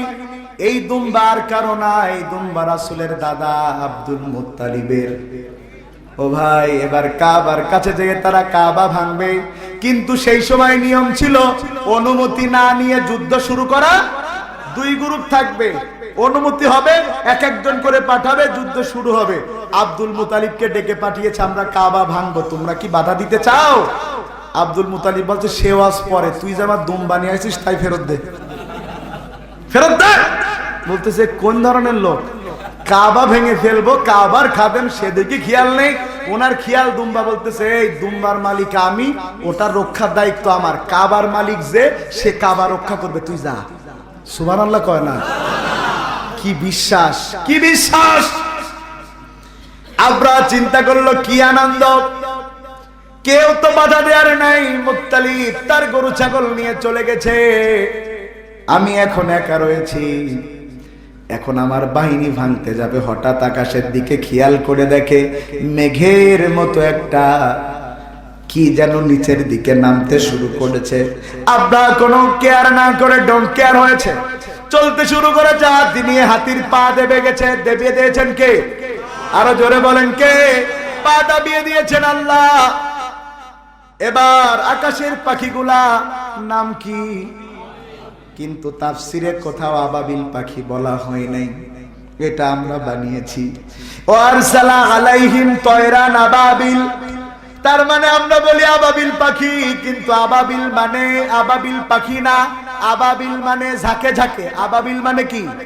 ওয়ারসালা আলাইহিম তয়রান আবাবিল, আল্লাহ ঝাঁকে ঝাঁকে পাখি পাঠালেন। আবাবিল নাম আমরা রেখেছি। যেমন আমাদের কাঁধে দুইটা ফেরেশতা, নাম কি? কোথায় পাইছেন? এটা তো কোরআনের কথা নয়, কোরআনের কথা কিরামান কাতিবিন মানে দুইজন সম্মানিত লেখক। কিরামান কাতিবিন মানে কি? কিন্তু এই দুইজন সম্মানিত লেখকের নাম আমরা কিরামান আর কাতিবিন বানাইছি। কথা বুঝতেছেন কিনা? মানে মূল অর্থকে আমরা নাম বানিয়ে দিয়েছি। তয়রান আবাবিল, ঝাঁকে ঝাঁকে পাখি পাঠালেন। বাবুই পাখির মতো ছোট পাখি, মুখে একটা পাথর, দুই পায়ে দুইটা পাথর। ও ভাই, আজকে যুদ্ধ বিমান তৈরি হয়েছে, আকাশে যুদ্ধ বিমান চলে, সেখান থেকে বোমা ফেলে ধ্বংস করে দেয়। যুদ্ধ বিমান সর্বপ্রথম আল্লাহ পাঠিয়েছে ঝাঁকে ঝাঁকে পাখি পাঠানোর মাধ্যমে। সুবহানাল্লাহ বলবেন না? মুখে একটা, দুই পায়ে দুইটা, প্রত্যেকটা পাথরের গায়ে নাম লেখা। যার নাম লেখা তারটা যে মাথায় পড়বে। সুবহানাল্লাহ। আল্লাহ পারেন না? আল্লাহ পারেন না? আল্লাহ পারেন। এক একটা করে ফেলে মাথায় বোমার মতো, একেবারে পশুতে খাবার খাইলে পরে যেমন তুষের মতো হয়ে যায় তেমন হয়ে গেছে। এবার আব্রাহা দেখতে পেয়ে দৌড়ানো শুরু করেছে। দৌড়াইতে দৌড়াইতে আব্রাহা চলে গেছে তার মূল রাজার দরবারে। এটা একটা তাফসীরের ভাষ্য, আর একটা ভাষ্য হলো আব্রাহা ওখানেই মরেছে। আব্রাহার রাজা জিজ্ঞাসা করে দৌড়াও কেন? কয় পাখি আসতেছে। কয় পাখিতে কি করে? পাখিতে বোম মারে। পাখিতে কি মারে? ভাই তোর মাথা খারাপ, পাখিতে বোম মারে। কয় তাও ছোট পাখি। বলে কিচ্ছু করতে পারে না। কয় তাইলে আমার জায়গায় তুই যা। রাজারে বলতেছে আমার জায়গায় তুই যা। কিছুক্ষণ পরে তাকিয়ে দেখে পাখি হাজির। কারণ যেই পাখির পাথরের মধ্যে আব্রাহার নাম লেখা, সেটা ওর পিছনেই আছে। সুবহানাল্লাহ। আব্রাহার কাছে চলে এসেছে, পাথর মেরেছে, আব্রাহা ধ্বংস। আল্লাহ নিজেই বলছেন ওয়ারসালা আলাইহিম তয়রান আবাবিল তারমিহিম বিহিজারাতিন মিন সিজিল ফাজালাহুম কাইদাহুম কি কাসফিম মাকুল। আল্লাহ কি তাদের ষড়যন্ত্রকে নষ্ট করে দেননি? যদি আল্লাহ তখন মুসলমান বাদেই কাফেরদের ষড়যন্ত্র নষ্ট করতে পারে, আজও ইসলামের জন্য আল্লাহ ষড়যন্ত্র নষ্ট করতে পারে। আল্লাহ আমাদের সকলকে ইসলামের পক্ষে থাকবার তৌফিক দান করুন। আল্লাহর শুকরিয়া আদায় করবার তৌফিক দান করুন। প্রিয় ভাইয়েরা, আসুন আমরা আলোচনায় আর সামনে না যে শেষের দিকে আসতে চাই। আপনারা আজকে মাহফিল আসতে পেরে খুশি না বেজার? এই মাহফিল আগামীতে হোক, চান কি চান না? এই ব্যবসায়ীরা যেন এই প্রোগ্রাম আরো বড় করতে পারে। মাছ ব্যবসা। আল্লাহুম্মা আমিন। লা ইলাহা ইল্লাল্লাহু ওয়াহদাহু লা শারীকা লাহু লাহুল মুলকু ওয়া লাহুল হামদু ওয়া হুয়া আলা কুল্লি শাইইন কাদির। রব্বানা যালামনা أنفسنا وإن لم تغفر لنا وترحمنا لنكونن من الخاسرين। ওগো আরশের মালিক আল্লাহ, তুমি তাকায় দেখো ধুলিয়ার ব্রহ্মরাজপুর মাছ ব্যবসায়ীদের উদ্যোগে কোরআনের মাহফিলে ঘন্টার পর ঘন্টা কথা বললাম। এখনো যদি কথা বলতাম রে আল্লাহ, মানুষগুলো উঠে যেত না। এই মানুষগুলো কেবলমাত্র তোমার ভালোবাসায় শীতের রাতে গভীর রাত পর্যন্ত বসে আছে রে মাওলা। দয়া করে আজকের মাহফিলের সার্বিক আয়োজনকে তুমি তোমার দরবারে কবুল ও মঞ্জুর করে নাও। ওগো আল্লাহ, আর আজকে কোরআনের মাহফিল সাজানোর কারণে, আমরা কথা বলার কারণে, তোমার বান্দারা শোনার কারণে যেই সওয়াব হয়েছে রে মাওলা, এই সওয়াবকে তোমার ভান্ডারে তো কম নাই, লক্ষ কোটি গুণে বাড়িয়ে দাও। আর এই বৃদ্ধিকৃত সওয়াব সর্বপ্রথম দয়ার নবী, যেই নবীকে পাথর মেরে মেরে তাইফের ময়দানে আহত করে দিয়েছে, জুতা খোলা যায় না, তারপরেও যেই নবী বদদুয়া না করে রহমতের দোয়া করেছেন, সেই দয়ার নবী মায়ার নবী জনাবে মুহাম্মদুর রাসূলুল্লাহ সাল্লাল্লাহু আলাইহি ওয়াসাল্লামের রওজা মুবারকে তুমি হাদিয়া হিসেবে পৌঁছে দাও। আদম আলাইহিস সালাতু ওয়াস সালামের জামানা থেকে যত মুমিন মুমিনাত মুসলমান নরনারী কবরবাসী হয়েছেন আল্লাহ, প্রত্যেকের আরওয়াহ মুবারকের সওয়াব পৌঁছিয়ে দাও। বিশেষ করে এই ধুলিহার ব্রহ্মরাজপুর অঞ্চল থেকে যত মুমিন মুমিনাত মুসলমান নরনারী কবরবাসী হয়েছেন আল্লাহ, আজকের মাহফিলের ওসিলায় তাদের কবরের আযাব মাফ করে দিয়ে তাদের কবরকে তুমি জান্নাতের বাগান বানিয়ে দাও। ওগো আল্লাহ, আমরা যারা হাত তুলেছি কেউ গুনাহমুক্ত নই, এত বেশি গুনাহ করে ফেলেছি রে মালিক। যদি আমাদের গুনাহগুলো এক জায়গায় করা হয়, পাহাড় সমান হয়ে যেতে পারে আল্লাহ। আমাদের গুনার দিকে তাকাইলে তোমার রাগ হয়ে যেতে পারে রে মাওলা। এই জন্য আমাদের গুনার দিকে না তাকায়া তুমি তোমার রহিম রহমান গফুর গফফার নামের ওসিলাই আমাদের तमाम জীবনের গুনাহ খাতাকে আল্লাহ তুমি মাফ করে দাও। ওগো মালিক, যদি গুনাহ নিয়ে কবরে যাই, কবর ভালো ব্যবহার করবে না। ডান পাশের মাটি বাম পাশে চাপ মারবে, বাম পাশের মাটি ডান পাশে চাপ মারবে রে আল্লাহ। এমন কোন মানুষ নাই এই চাপ সহ্য করতে পারে। আবার যদি কারোর জন্য জাহান্নামের আগুন বরাদ্দ হয়ে যায়, দুনিয়ার গুলশানে আগুন লেগেছে, 8 তলা থেকে লাফ মেরে মানুষ মারা গিয়েছে, তাও আগুনে পুড়তে সাহস পাই নাই। আর জাহান্নামের আগুন তের চেয়ে তো কোটি গুণে বেশি রে মালিক। ওগো মালিক, জাহান্নামের আগুনকে আমাদের জন্য আরাম করে দাও। আল্লাহুম্মা আজিরনা মিনান নার, আল্লাহুম্মা আজিরনা মিনান নার। আল্লাহ, গভীর রাতে কোনো ভিক্ষুক কারো কাছে ভিক্ষা চায় না, কোন পাওনাদার কারো কাছে পাওনা চায় না। আমরা তোমার কাছে ফকিরের মতো কাঙ্গালের মতো হাত তুলেছি মাওলা। দয়া করে তোমার রহমতের দরজাকে খুলে দাও। আজকের মাহফিলকে গুনাহ মাফের মাহফিল হিসাবে কবুল করে নাও। এই মাহফিল থেকে যখন বের হব রে মাওলা, বেগুনাহ মাসুম করে বের করে দাও। ওগো আল্লাহ, যাদের নিয়ে হাত তুলেছি, এখানে এমন অনেক মানুষ আছে যারা তাদের সবচাইতে বড় সম্পদ তাদের মা বাবাকে চিরজনমের মতো হারিয়ে ফেলেছে। ওগো আল্লাহ, মা বাবা হারাবার বেদনা তারাই জানে যাদের মা বাবা দুনিয়াতে নেই। ওগো মালিক, মা যখন বেঁচে ছিল, সন্তান গভীর রাতে বাড়ি যে উঠানে একটা পা রাখলেই মা বলে উঠতো, বাবা বাড়ি এসেছিস। সন্তান ডাক দিয়ে বলতো, মা সবাই ঘুমিয়েছে, তুমি কেন ঘুমাও না? মা ডাক দিয়ে বলতো, বাবা সন্তান যখন বাইরে থেকে কোনো মায়ের চোখে ঘুম আসে না। আজ মা চলে যাওয়ার পরেও সন্তান এতবার বাড়ি দেয়, কেউ জেগে থাকে না তিথি, কারণ মা জননী নাই। মা বাবা যেই ঘরে থাকতো, ঘরটা আগের মতো আছে, খালি মা বাবা নেই। 3.5 হাত ঘরের বাসিন্দা হয়ে গেছে। দুনিয়া ইনফরমেশন টেকনোলজির যুগ। এখান থেকে ফোন করলেই শোনা যায় আমেরিকা, কানাডা, ফ্রান্সে কথা বলা যায় মুহূর্তের মধ্যে। 3.5 হাত দূরে ডাক দেয় মা, কিন্তু কেউ উত্তর দেয় না রে আল্লাহ। ও মালিক, সেই মা বাবাকে হারায় সন্তানরা চোখের পানি ফেলে আমিন আমিন বলছে। ও বললে এই সমস্ত সন্তানদের আমিন আমিন বলার ওসিলাই ওই সমস্ত পিতা মাতার কবরের আযাব মাফ করে দিয়ে কবরকে জান্নাতের বাগানে পরিণত করে দাও। ও গো আল্লাহ, মাকে কত কষ্ট দিয়েছি, ওগো আল্লাহ, কোরআনের পতাকা তুমি পৃথিবী জুড়ে চালিয়ে দাও।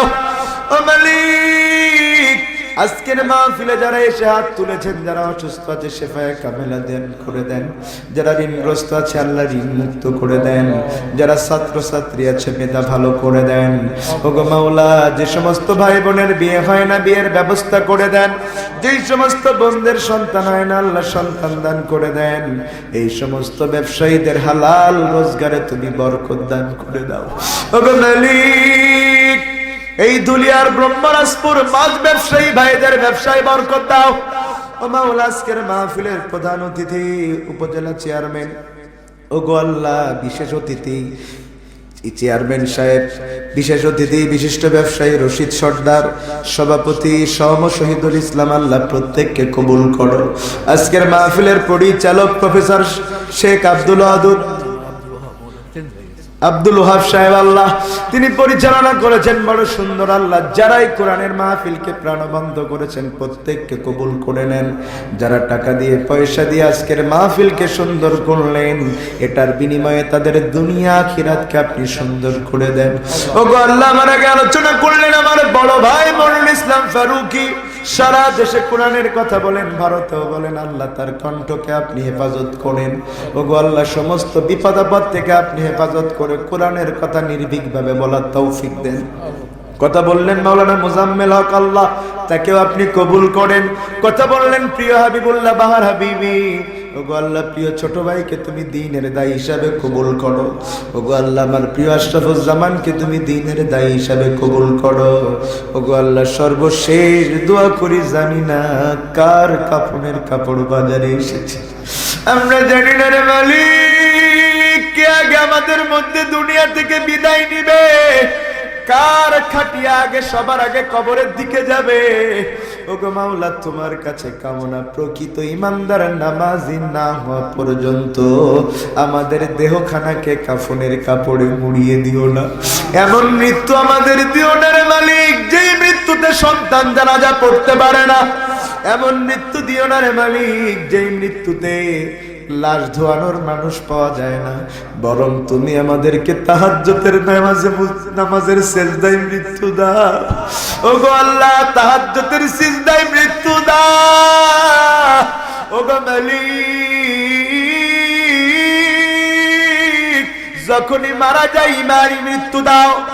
আর মৃত্যুর সময় সবার জবান দিয়ে জারি করে দি ইমানের কালিমা, লা ইলাহা ইল্লাল্লাহ মুহাম্মাদুর রাসূলুল্লাহ সাল্লাল্লাহু আলাইহি ওয়াসাল্লাম। আসসালামু আলাইকুম ওয়া রাহমাতুল্লাহ।